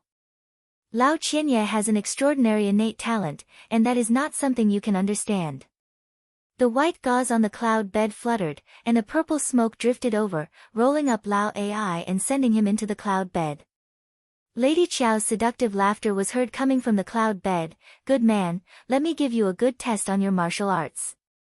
If you exaggerate, don't blame me for being merciless." Although the white gauze had covered Lao Ai's body, his evil voice could still be heard clearly. "Rest assured, Palace Master. I'm just worried that Palace Master might not be able to withstand my plundering, and might damage Palace Master's energy essence with just a few moves. That would be a serious offense." Lady Qiao let out a wild and unbridled laugh, which was as sharp as a blade, piercing into one's ears and giving one a sharp pain. She laughed aloud and said, "Io, Sanle, you have taken in some pretty good subordinates. Hee, Lao Qianye. What an interesting name you have. Which man dares to say he can work hard for 1,000 nights in front of me?" Faint noises of clouds and raindrops could be heard coming from the cloud bed, as large sheets of clouds drifted out from under it. A few ladies standing next to the cloud bed gave a soft cry, and the group of cultivators surrounded Chi-Chi on the cloud bed and flew southward. After flying for over 1,000 miles southward, they had completely left Anhui City's cultivators' line of sight. Using their divine will, Lord Jade and Mr. Gold carefully scanned the surroundings a few times, and only then did they change their direction, heading straight towards the slanting peak which Wu Qi had prepared just now. Along the way, Lao Ai and Lady Qiao could be heard shouting, laughing, and moaning, as well as all sorts of strange noises coming out from the cloud bed. However, the cloud bed was actually a superb magical item that was hard to come by. The white gauze was fluttering on the outside, bringing up a large amount of white smoke that lingered in the air. No one could see what was happening inside with their naked eyes, and no divine will could penetrate through it. Using the mystic eyes of universe, Wu Qi could clearly see the intense battle going on inside. However, he was not interested in this shady business. No. Wu Qi was not interested, but the part of his soul that belonged to Lu Xiaobai was very interested in this scene. Quietly, he exercised the mystic eyes of universe. Feeling helpless, Wu Qi turned his head around stiffly. With a pair of eyes that emitted a faint gleam, he saw through the white gauze and saw the intense battle going on inside. It was as if 7 to 8 mad bulls were slamming into each other. Lao Ai and Lady Qiao, who had a graceful appearance and a dignified expression that made her look like a saintess, were coiled around each other like 2 great pythons. Using all their strength, they were devouring each other's energy, magic power, cultivation base, blood essence, and energy essence. They were crazily devouring and extracting everything that could be extracted from each other. Both of them had their skin suffused with a bizarre pinkish hue, especially Lady Qiao's skin, which had a tinge of an unusual blood color. Her eyes were showing the whites of her eyes, her body was trembling and twitching, while saliva kept dripping down from the corners of her mouth. Obviously, Lao Ai's Great Sun Divine technique was much stronger than the cultivation technique she specialized in. In this head-on battle, Lady Qiao had fallen into a disadvantageous position. Not only was her body in a disadvantageous position, even her mind had been controlled by Lao Ai. Her soft moans, loud laughter, every single word she said, every single word she said, were all under Lao Ai's control. Standing next to the bed, Lord Jade and Mr. Gold had their faces twisted and unsightly. From time to time, they would throw angry glances at the bed, but they could never imagine that their beloved girl was on the verge of losing her cultivation base. In just a short period of time, all her cultivation base would be completely absorbed by Lao Ai. As Lao Ai had just stepped into the ranks of heaven immortals, if he could obtain all of Lady Qiao's energy, perhaps it would be possible for him to break through another tier. Shaking his head, Wu Qi forcibly dispelled the tiny bit of curiosity and beautiful thought in his mind. Silently, he recalled the face of Princess Xianglu, forcing his restless heart to calm down. He was laughing in his mind, wondering how many people Lady Qiao had harmed with such amorous tactics. Finally, she had met her nemesis, Lao Ai. In Reverend San Li's memory, all the male disciples of Euphoria Heavenly Palace were once Lady Qiao's opponents on the bed, and each of them had their yang energy drained by her. Take Reverend San Lu as an example. If not for Lady Qiao seizing a great amount of his yang energy, he would not have remained an early-stage nascent soul cultivator. A wicked man will always be tortured by another wicked man. TSK, as long as I can control Lao Ai and prevent him from harming good people, I will be rewarded with immeasurable virtues. At the thought of this, Wu Qi nearly put his palms together and bowed to Reverend San Lu, uttering the name of Buddha or something. The company drifted into the eastern lofty mountain. The sun had set, and a bright moon was rising from the distant horizon. Wu Qi raised his head and looked at the bright moon. He was curious, wondering how big the moon must be, since Pangu continent was such a huge landmass, for the people on the ground to have such a clear view of it. And, the moon essence contained in this bright moon was simply appalling. Right when the moonlight sprinkled down, their bodies were immediately covered with a layer of sparkling silver gleam. Wu Qi could not help but gasp. Pangu continent was indeed a blessed land for cultivators. No wonder all the immortal sects were willing to invade Yu dynasty's territory, regardless of the danger. The moon essence here was pure and rich. Not only was it dozens of times stronger than the moon essence Wu Qi gathered with the formation back on Green Cliff Planet, it was also pure and without any impurities. As long as one absorbed the moon essence into one's body, one would not need to circulate the energy, as it could be directly transformed into the prime energy of a cultivator. After entering the mountainous area, Lord Jade and Mr. Gold took the initiative to guard the front and back of the company. Lord Jade took the lead and cleared the way, while Mr. Gold brought up the rear about 100 miles away. Along the way, as long as they found a place where someone might be hiding, or a place with a slightly abnormal aura, they would be swept away by the sword beams unleashed by both men. Even a few mountain rats who had just gained sentience were shredded into pieces by the sword beams. After advancing cautiously for over 2 hours, the company finally arrived at the slanting peak that Wu Qi had just visited during the day. Lord Jade and Mr. Gold rushed up together, pulling away the wisteria at the root of the slanting peak, revealing the huge crystallized Ganoderma. Wow! Many cultivators from Euphoria Heavenly Palace were knowledgeable, and when they saw the huge Ganoderma, they immediately cried out in surprise. Without saying a word, both Lord Jade and Mr. Gold unleashed their sword beams and hacked at the Ganoderma. Clang! 2 loud clangs rang out as the sword beams were pushed back, nearly cutting both men's bodies in half. Lord Jade turned his head and cried out hastily, "Qiao, this is the remains of a Ganoderma immortal. How can we open it?" Lady Qiao did not say a word.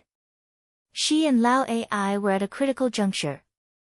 Lao Ai was pressing against Lady Qiao's entrance, and Lady Qiao's cultivation base was stuck at the entrance. As long as Lao Ai exerted a little more strength, all the immortal energies that Lady Qiao had painstakingly accumulated over hundreds of thousands of years would become Lao Ai's. Right at this critical juncture, a strong gust of wind suddenly came rushing down from above.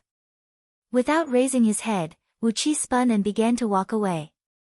While running, he cried out, "Not good. Enemy attack." Even in the midst of all this, Wu Qi did not forget Lu Yi. He grabbed Lu Yi by the neck and dragged him out of the place. Above them, a bronze statue of Vajra, standing 1,000 feet tall and emanating an ancient and dignified aura, was smashing down from above. The statue of Vajra had a fierce look on its face, and it was holding a Vajra scepter in its hand. It had a very lifelike face, as if it was a real Vajra who had descended to the mortal world. Hovering above the statue of Vajra were 18 old monks clad in bright red kasayas, forming a circle and performing the Vajra devil-subduing incantation with their hands. How dare you, an evil cultivator, covet a rare natural treasure? This treasure is fated with Buddhism. Retreat now, evil cultivator.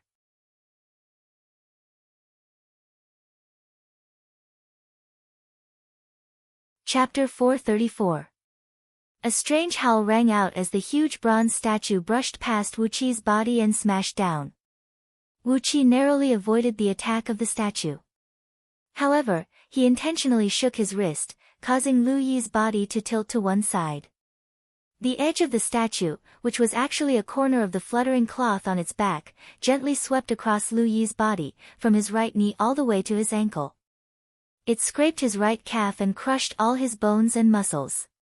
Lu Yi howled and hissed in pain, tears and mucus spraying out from his eyes. Wu Qi grabbed him by the neck and sprinted away, while transforming into a gust of wind and shouting, "Fear not, brother Lu Yi. With me here, I'll definitely protect you." While Wu Qi was shouting, an old monk clad in a red robe sitting cross-legged on top of the statue suddenly saw Wu Qi, who had transformed into a gust of chilly wind and was running away. Casually, the old monk threw out a Buddhist bead and cried out sternly, "Kill all the evils. Evildoer, face your death." Upon leaving his hand, the black sandalwood bead transformed into a ball of thunderbolt the size of a basin, whistling through the air and thrusting towards Wu Qi's back. The strong wind stirred up by the bead even threw a few gold core cultivators of Euphoria Heavenly Palace flying away. He turned his head and saw the Buddhist bead coming at him from the corner of his eyes. With a wave of his hand, a defensive magical treasure named Green Cicada Wings, which was one of the spirit items given to him by many seniors of Yuanhua sect before he left, flew out of his hand, transforming into a sheet of green mist that enveloped Wu Qi's back.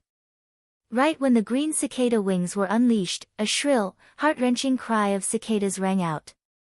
Several hundred blurry, fist-sized green cicadas flew out, wheeling rapidly inside and outside the green mist. Their thin membranous wings were flapping rapidly, while rings of white wind blades that could be seen with naked eyes flew out and greeted the thunderbolt transformed from the Buddhist bead. With a loud bang, the lightning exploded, and the longan-sized Buddhist beads were shattered by the green cicada wings. The scattered thunderbolts transformed into several dozens of flame beams and shot out in all directions. Wu Qi flicked his wrist again, and one of the flame beams fell onto Lu Yi's buttocks. In just a blink of an eye, his pants were burned to a crisp, and a thumb-sized purple thunderbolt flame stuck on Lu Yi's buttocks, producing a sizzling noise as it burned. Very soon, a fist-sized pit was formed. Lu Yi had nearly fainted from the pain from the wound on his calf, and now, Wu Qi had played another trick on him. Lu Yi's eyes went wide and he let out a heart-wrenching howl. His scream was so loud that it even drowned out green cicada wings chirping. Lu Yi, who was originally handsome and elegant, suddenly changed his expression. His fair and handsome little face suddenly became as yellow as dried cured meat. His whole body was covered in cold sweat, like a small stream was spurting out. Grabbing Lu Yi's neck, Wu Qi dragged him and fled quickly. While fleeing, he kept shouting, "Don't worry, brother Lu Yi. With me here, you won't die. You definitely won't die." A loud boom was heard coming from several miles behind them.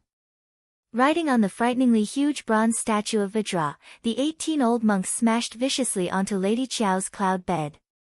Thousands of layers of white mist burst out from the cloud bed, trying to block the impact of the statue of Vajra. However, among the 18 old monks, at least 3 of them possessed the cultivation base of heaven immortals. Using the divine ability of Vajra subduing devils from the Zen school, they had formed a formation and activated the Vajra magical item that had been worshipped before the Buddha for countless years, transforming it into a gigantic statue of Vajra. The tremendous pressure brought by the statue of Vajra was comparable to the impact brought by 100 Mount Titians falling from a height of several tens of thousands of miles. Layers upon layers of clouds were shattered, and streams of auspicious light were seen drifting and dispersing. Amidst Lady Qiao's hoarse and despairing howl, the statue of Vajra smashed the cloud bed, smashing it straight onto the ground along with several hundred young boys and girls, handsome young men, and cultivators of Euphoria Heavenly Palace. The surrounding mountains trembled violently, as the statue of Vajra had sunk nearly 1 mile deep into the ground. Fearing that the person who was crushed under the statue would not die, the 18 old monks hovered several hundred feet above the ground, quickly performing incantation gestures with both hands while reciting the scripture of subduing devils. After that, they unleashed a beam of Buddhist light at the statue of Vajra. The statue of Vajra leaped abruptly, then unleashed countless thunderbolts that shot straight up into the sky. After that, a 7-colored Buddhist light came wheeling over from all directions, quickly transforming into a 7-colored beam that plunged straight down. Within the beam of light, a few ancient Buddha statues could be vaguely seen sitting cross-legged. Their hands were performing the swastika incantation, and behind them, there were countless vague shadows of bodhisattvas, arhats, vajras, heavenly kings, and many others. The 7-colored beam of light fused into the Vajra statues of Vajra Buddhas. The ground shook violently, and several dozens of mountains in the vicinity crumbled at the same time. Mountains toppled, rivers changed their course, and in many places, the ground was torn open with bottomless crevices. Water from the rivers flowed into these crevices and disappeared without a trace. An extremely sorrowful and indignant voice rang out, "Qiao'er, Qiao'er." It was not easy for me, Lao Qianye, to find the one I love, but you are actually killed by these bald donkeys. About 100 feet away from the crater created by the statue of Vajra, the ground suddenly exploded. Lao Ai carried Lady Qiao up into the sky, her body drenched in blood, her bones and tendons shattered, her head smashed like a rotten watermelon, and a golden glow rippling out from between her brows. Anyone with a discerning eye could tell with just one glance that there was a golden glow flowing out from between Lady Qiao's brows. It was a unique sign that her immortal soul was shattered, and the source energy of her soul was returning to the heaven and earth. 18 red-robed old monks laughed joyfully together and said, "Excellent, excellent. The culprit has been eliminated, and now, the world is once again clear and bright." The old monk who attacked Wu Qi just now cried out sternly, "What are you waiting for, evildoers? Could it be that you want to have your soul destroyed like this evil woman?" Covered in blood, Lao Ai gave those old monks a venomous look, then abruptly took a step forward and teleported several tens of miles away. "Just you wait, you bald donkeys. I won't let you go. I don't have the strength to avenge Qiao'er today, but once I become a primordial immortal, I'll definitely slaughter my way to Golden Pavilion Temple and slaughter all the bald donkeys in your temple." Tisk, the 18 red-robed old monks felt a sense of disgust in their hearts. It was not too late for a gentleman to seek revenge even after 10 years. Wait until you become a primordial immortal before you go to Golden Pavilion Temple and seek revenge. Ugh, how many primordial immortals are there in the Celestial Court? I reckon the number of top-notch primordial immortals can be counted with 2 hands, right? Wait until you become a primordial immortal before you come and seek revenge. Do you really want to avenge Lady Qiao, or do you not want to keep her alive? Suddenly, the ground cracked open again, from within which, 18 celestial fiend puppets, who had transformed into Reverend San Lu and his companions, sprung out of the ground, carrying the filthy madman Shui. While fleeing at top speed like a gust of wind, Reverend San Lu cried out sternly, "I'll leave the remains of the Ganoderma immortal to you bald donkeys. Uncle Masters, senior and junior brothers, run now.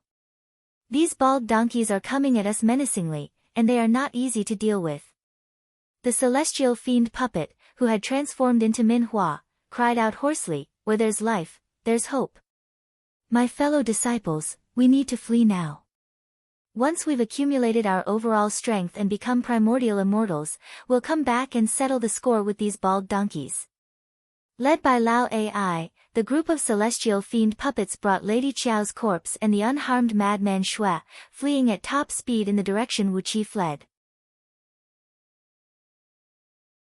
Their speed was so fast that the group of old red-robed monks, who had just unleashed a very powerful restrictive spell, did not have the time to chase after them. Therefore, they no longer had the time to chase after Lao Ai and his companions. All 18 celestial fiend puppets roared at the top of their voices, "The remains of a Ganoderma immortal have been found here. Fellow Taoists, don't let these cruel and merciless old bald donkeys have it. Seize it, seize it." Once a mortal consumes a Ganoderma horse formed from the blood essence left behind by a Ganoderma immortal, even a heaven immortal will have a great improvement in his cultivation base. He has a chance of becoming a gold immortal, a gold immortal. These celestial fiend puppets did not have fleshly bodies, but were fiend immortals who had half fleshly bodies and half puppet bodies. When they roared at the same time, the sound waves spread to a distance of several thousand miles. All the mortals in Anhui city had heard the commotion, and knew that the remains of a Ganoderma immortal had been found in this mountain. The people of Euphoria Heavenly Palace were following closely beside Lady Qiao's bed. Lady Qiao was controlled by Lao Ai's evil technique, smashed to a pulp by the Vajra statue, and had all her energy essence sucked dry by Lao Ai. How could the rest of them withstand the joint attack unleashed by 3 heaven immortals and 18 nascent divinity cultivators? Apart from the celestial fiend puppets, Lao Ai, and madman Shui, all the people from Euphoria Heavenly Palace were smashed to pieces. Only Lord Jade and Mr. Gold had a profound cultivation base, and they were quick to react. When the Vajra statue came smashing down, they did not dare to face the divine ability of subduing evil unleashed by the 18 old monks with the help of Buddhist items. Hastily, they teleported to one side. When Lao Ai fled with Lady Qiao's broken body, Lord Jade and Mr. Gold rushed back as if their parents had just passed away, crying and wailing, "Qiao, Qiao, how tragic your death is. We must avenge you. We must avenge you." Amidst the shrill cries, Lord Jade casually threw 3 strangely shaped jade axes into the air, which transformed into 3 huge bright moons and thrust down towards the old monks. On the other side, Mr. Gold roared furiously and waved both arms. Immediately, countless golden blades, golden spears, golden swords, and golden axes blotted the sky, smashing down towards the old monks like a raging storm. Together, both of them exercised the divine ability of immortals, casually pointing a finger at the surrounding mountains. Immediately, several dozens of lofty mountains flew whistling up into the sky, compressed into small clumps of soil about the size of a fist in just a blink of an eye, then smashed down towards the 3 heaven immortal old monks amidst a very strong earth energy. Chi-Chi roared. Suddenly, an old monk of heaven immortal realm broke free from the formation and sped towards the clump of Ganoderma at the foot of the slanting peak, completely ignoring the attacks from Lord Jade and Mr. Gold. Meanwhile, the other old monks gave a loud cry. All 17 of them stood in the positions of the 8 trigrams and 9 palaces, while relics flew out from the top of their heads at the same time, transforming into a large sheet of Buddhist light that shielded the mountain ridges several miles in circumference. The Vajra statue, which was smashed into the ground just now, flew up slowly and sat cross-legged under the feet of the 18 old monks. Both of its hands locked into the mudra of indestructible Vidyaraja, unleashing a bronze light barrier that was as thick as a city wall.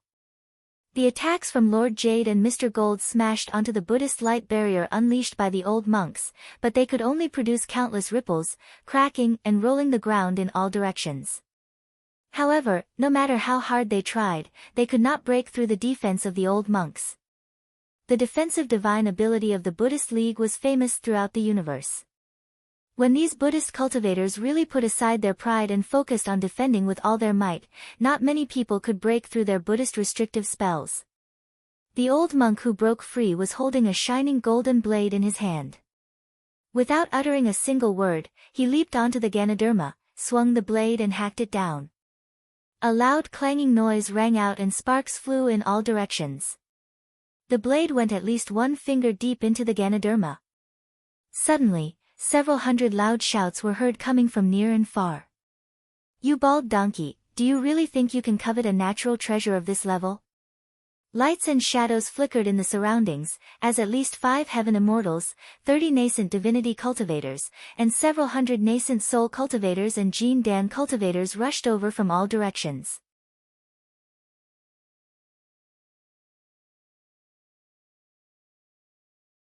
Chapter 435. In a small valley dozens of miles away, Wu Qi threw Lu Yi to the ground, panting heavily, and threw a bottle of medicinal powder he concocted to Lu Yi. Apply it yourself if you don't want to die. TSK, brother Lu Yi, you must remember my favor. If it weren't for me, would you have escaped alive? Lu Yi grabbed the bottle with one hand. With a sallow face, he stared blankly at the mountain area where the battle was in a mess and dust was rising into the sky. How did this happen? He asked in a daze. This is not what I planned. My 4 gates and 4 quadrants immortal slaughtering formation is not ready yet, so how did they know about it? Ah. How did this happen? Why did they come so quickly?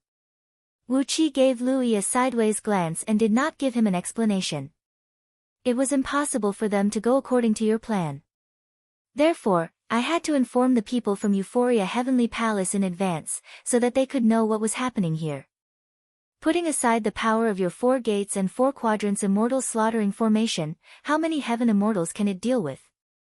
Since Wu Qi had already set up an ambush 100 miles underground, there was no need for your 4 gates immortal slaughtering formation. Wouldn't it be better to let the people from Euphoria Heavenly Palace come here in advance and trigger the event? The best part was that when the event was triggered in advance, the people behind Lu Yi would not be able to react in time, and could only act hastily. In this way, Wu Qi would have the upper hand. If everything went according to Lu Yi's plan, they would have the upper hand, and Wu Qi would be forced into a passive position, wouldn't he? Looking at the scene where the battle was in full swing, Wu Qi clicked his tongue and exclaimed, "This Lord Jade and Mr. Gold are really wealthy. Both of them are 33rd tier heaven immortals, and they have more than a dozen immortal items with them. Oh my, if they dared to go to outer heavenly realms, they would have been robbed long ago." Looking at the shadows of various weapons that kept soaring into the sky, Wu Qi knew that they were the unique signs of immortal items being activated. Seeing that, Wu Qi's appetite was greatly stimulated. A strange gust of wind came blowing, as Lao Ai came running over with the corpse of Lady Qiao in his arms. Her body was covered in blood, and her immortal soul had completely collapsed. Casually, he threw Lady Qiao's body onto Lu Yi's body and shouted, "Pretty boy, dig a hole for me and give her a proper burial."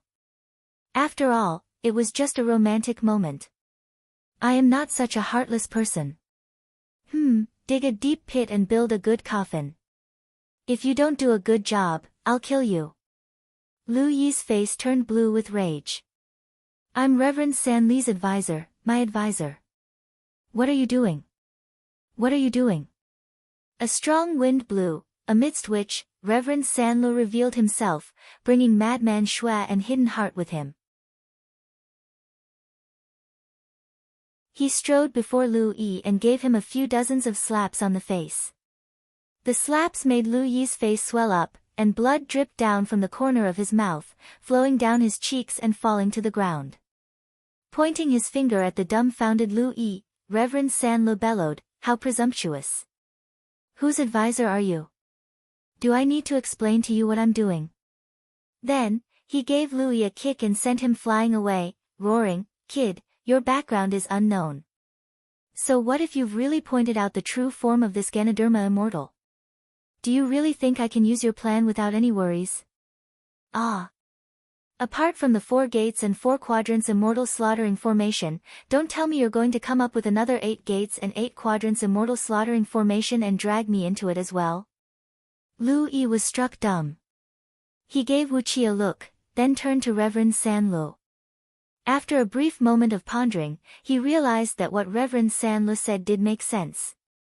As an outsider who had just arrived in this world, he had suddenly come to Reverend San Lu and told him that he had a good plan that could help Reverend San Lu become the master of the area 1,000,000 miles around Anhe City. No one with a normal mind would believe his words for no reason. Reverend San Li's reaction was perfectly normal. But, it was not within Lu Yi's expectation. Laughing bitterly, Lu Yi picked up Wu Qi's medicine bottle and said bitterly, "Reverend, time will reveal a man's heart. Even if Reverend San Lu does not trust my words, you shouldn't have triggered this in such a hurry. Now that they are fighting each other, doesn't that mean the Ganoderma immortal is going to be taken advantage of by someone else?" Reverend San Lu snorted and ignored Lu Yi. With a gloomy face, Lu Yi poured out a handful of medicinal powder carefully concocted by Wu Qi from the bottle.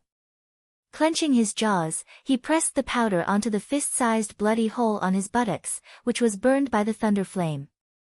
A shrill and miserable howl suddenly rang out from the woods. Lu Yi's body twitched violently as he fell to the ground, unconscious.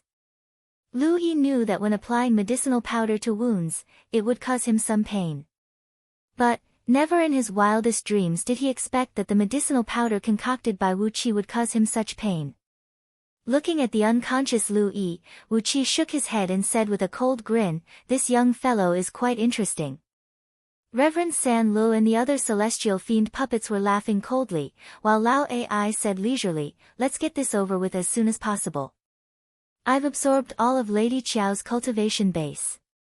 TSK, as long as I unleash my aura, I will be able to transcend my heavenly tribulation and become a heaven immortal.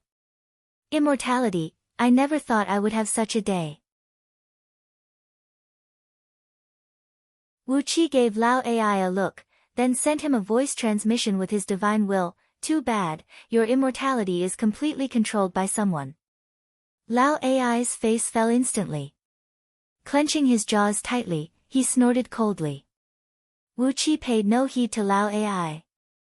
Instead, he produced a supreme-grade spirit jade he brought back from Myriad Immortals' planet, from which he removed a fragment the size of a toddler's palm. Holding a tiny flying sword in his hand, Wu Qi skillfully carved a large number of ancient patterns of flowers, birds, insects, and fishes on the spirit jade. Years ago, when Lu Xiaobai was forging all kinds of ancient jade artifacts, he had studied these carvings painstakingly, and as Wu Qi had inherited his skill, he was very skilled in carving. As a result, the patterns he carved did have a unique taste. Spirit Jade Fragment. The so-called fragment meant that this piece of jade looked like a small part of a token. The patterns on it were simple and unadorned, and there were a few lines of extremely ancient primordial divine text talismans inside. These were genuine primordial divine text talismans, and anyone with a discerning eye would be able to recognize them. Amidst these patterns and runes, Wu Qi carved a small line of characters using the bird and insect seal script, which read, "Left Minister of Province, Yu Miao." Only half of the character, Miao, was carved, and a small part was missing at the edge of the jade fragment. After finishing the small jade fragment, Wu Qi's palm suddenly shot out raging fire and ice, as well as wisps of electric arcs. After fiddling with the jade fragment for a while, he carefully cast a restrictive spell on it. Because of Wu Qi's arrangement, the texture of the jade fragment was as hard as flour. With just a slight vibration, it would turn into ashes. But, with the restrictive spell cast by Wu Qi, it would remain unscathed even if it was struck by a large hammer. After weighing the jade fragment in his hand, Wu Qi carefully shoved it into Lu Yi's waistband. There were a few secret pockets on his waistband, in which there were some money, jewelry, and other valuables. Wu Qi shoved the inconspicuous little jade fragment into the furthest corner of Lu Yi's waistband. Lao Ai felt his scalp go numb when he saw what Wu Qi was doing.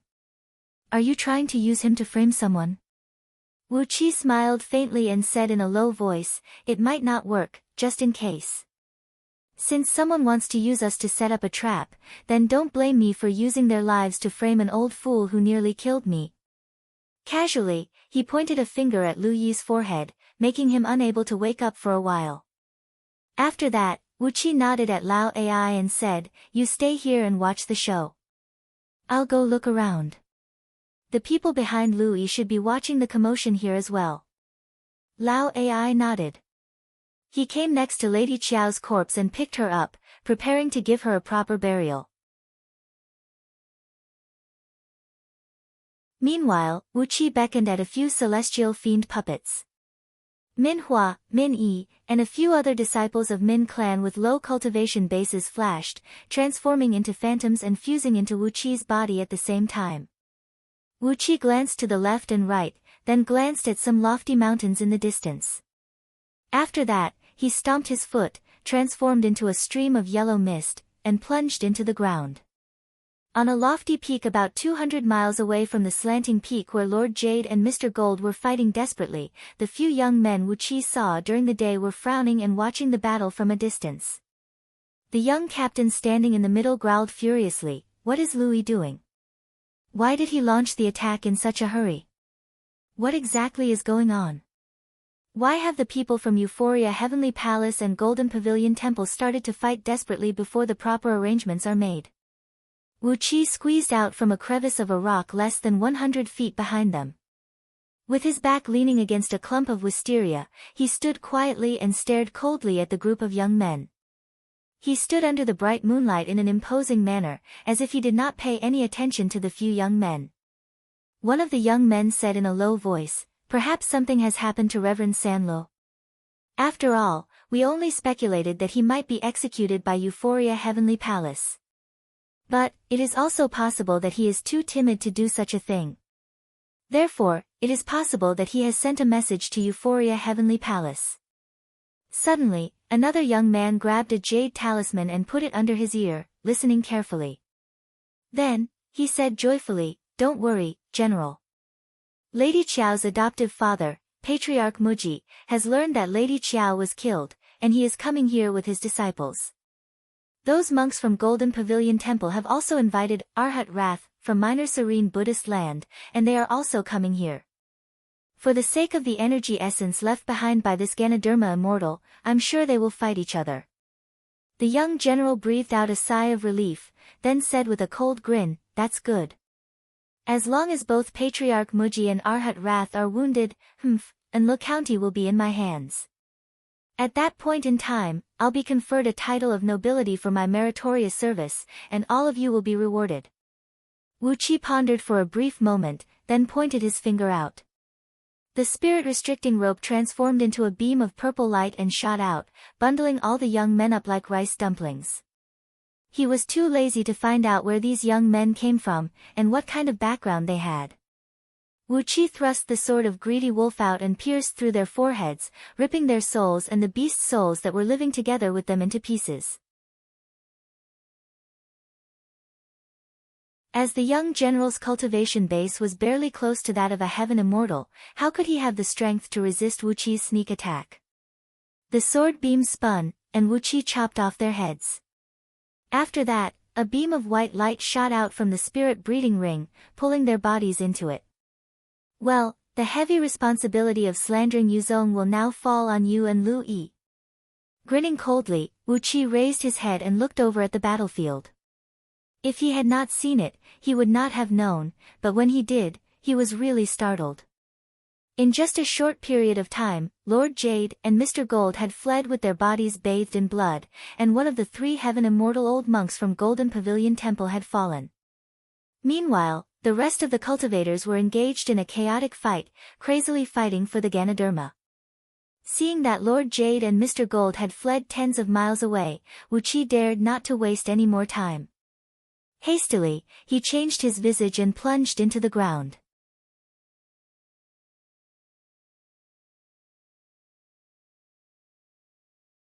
Chapter 436. 2 strong beams of light, one gold and one green, were fleeing hastily in midair. Covered in blood, Lord Jade and Mr. Gold felt like weeping but had no tears. "It's all your fault." While fleeing, they kept cursing each other with the most vicious words. Their faces were filled with resentment. The fact that Lady Qiao was killed by the Golden Pavilion Temple was a heart-wrenching pain to them. They felt that it was all the fault of the other party. If it was not for the fact that the other party made a mistake and failed to protect Lady Qiao, how could a beautiful lady like her be killed by a bunch of bald donkeys? On the contrary, they were not very interested in the energy essence left behind by the Ganoderma immortal. Lord Jade and Mr. Gold were the typical foppish young masters. After painstakingly cultivating until they became 33rd tier heaven immortals, they had put all their interests into pursuing women and indulging in extravagant pleasures. That was the reason why they were always following Lady Qiao, and became the two most famous gigolos among her countless gigolos. Today, when Lady Qiao was killed, both of them felt as if a piece of their heart was dug out by someone, and it brought them extreme heartache. Filled with rage, they attacked the monks from Golden Pavilion Temple at the same time. But, little did they expect that the defense of the monks was extremely ridiculous. Even when they joined forces, they still could not break through the impenetrable defense of the monks. While they were fighting desperately, those cultivators who were trying to take advantage of the situation outside suddenly appeared. 5 heaven immortals, several dozens of nascent divinity cultivators, and several hundred nascent soul and Jin Dan cultivators attacked at the same time. Moreover, they happened to strike at the moment when the battle between them and the monks was the fiercest, when both sides were greatly weakened. Although both of them managed to flee with severe injuries, one of the monks from Golden Pavilion Temple was killed on the spot due to carelessness. "It's all your fault." Both of them cursed again.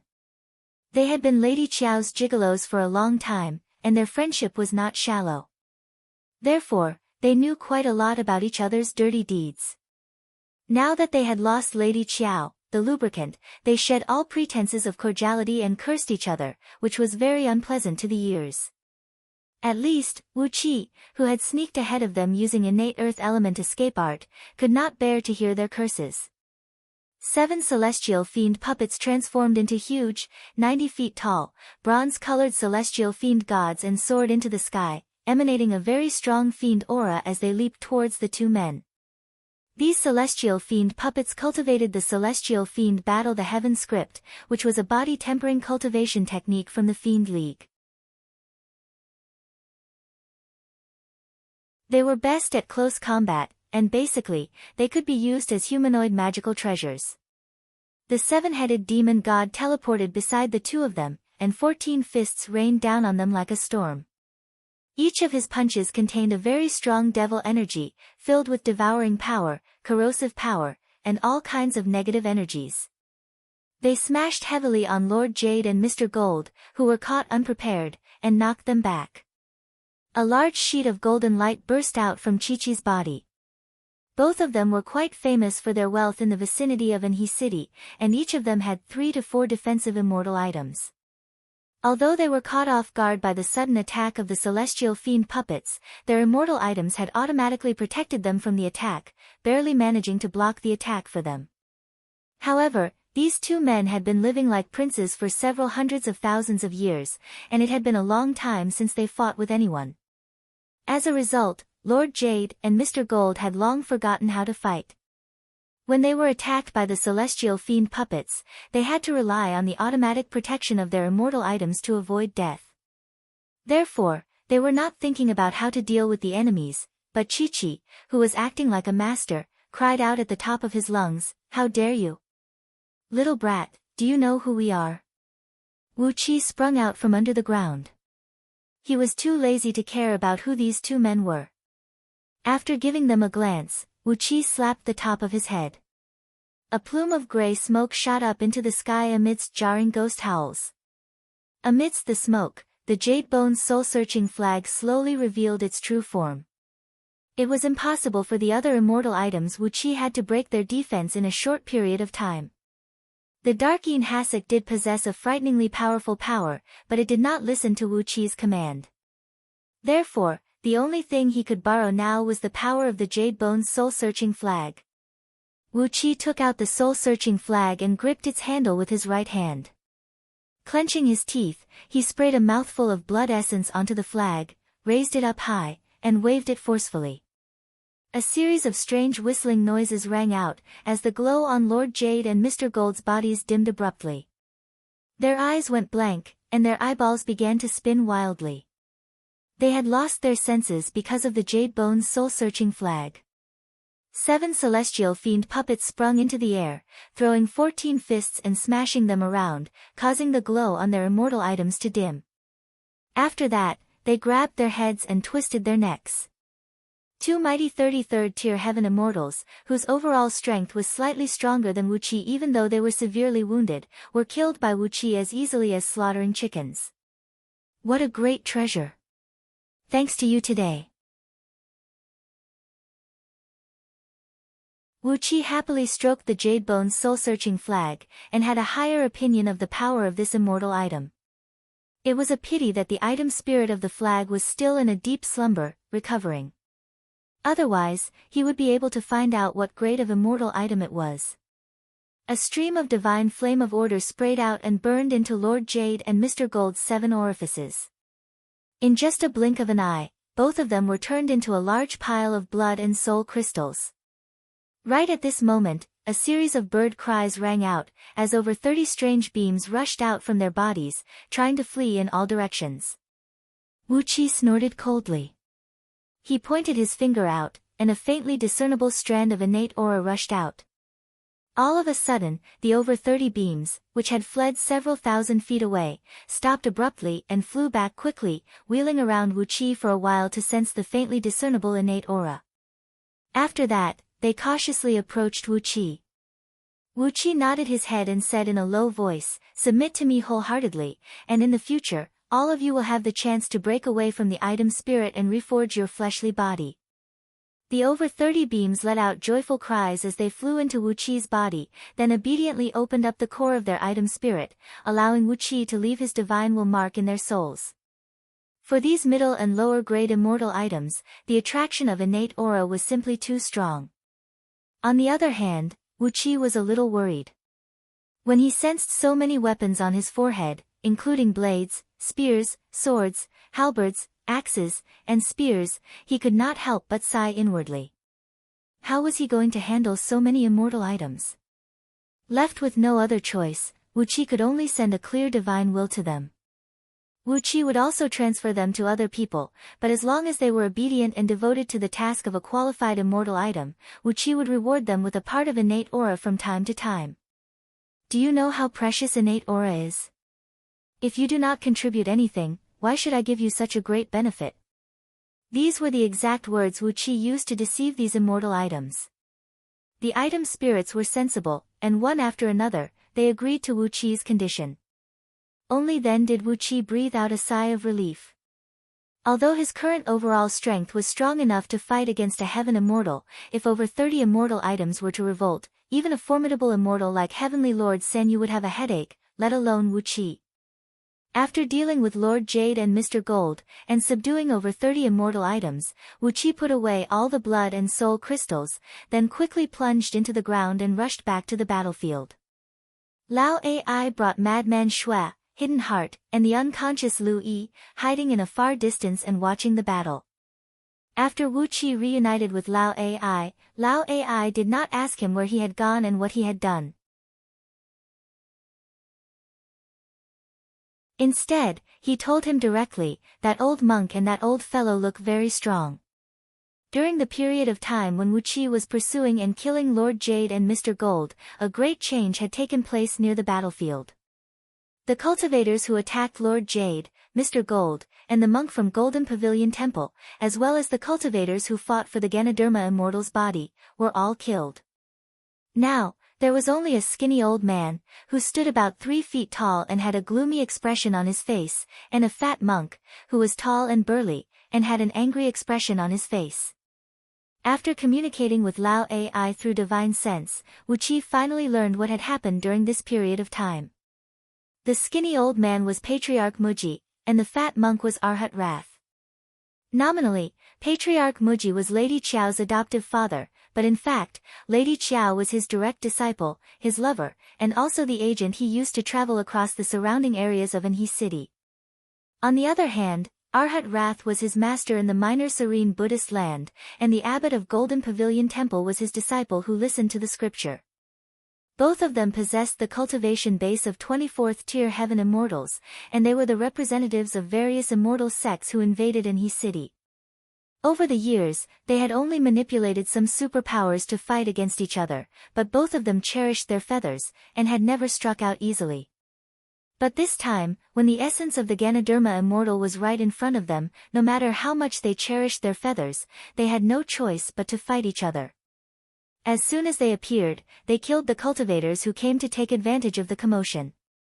Patriarch Muji specifically killed the heaven immortals and cultivators from the righteous sects, while Arhat Wrath was merciless to the cultivators from the evil sections.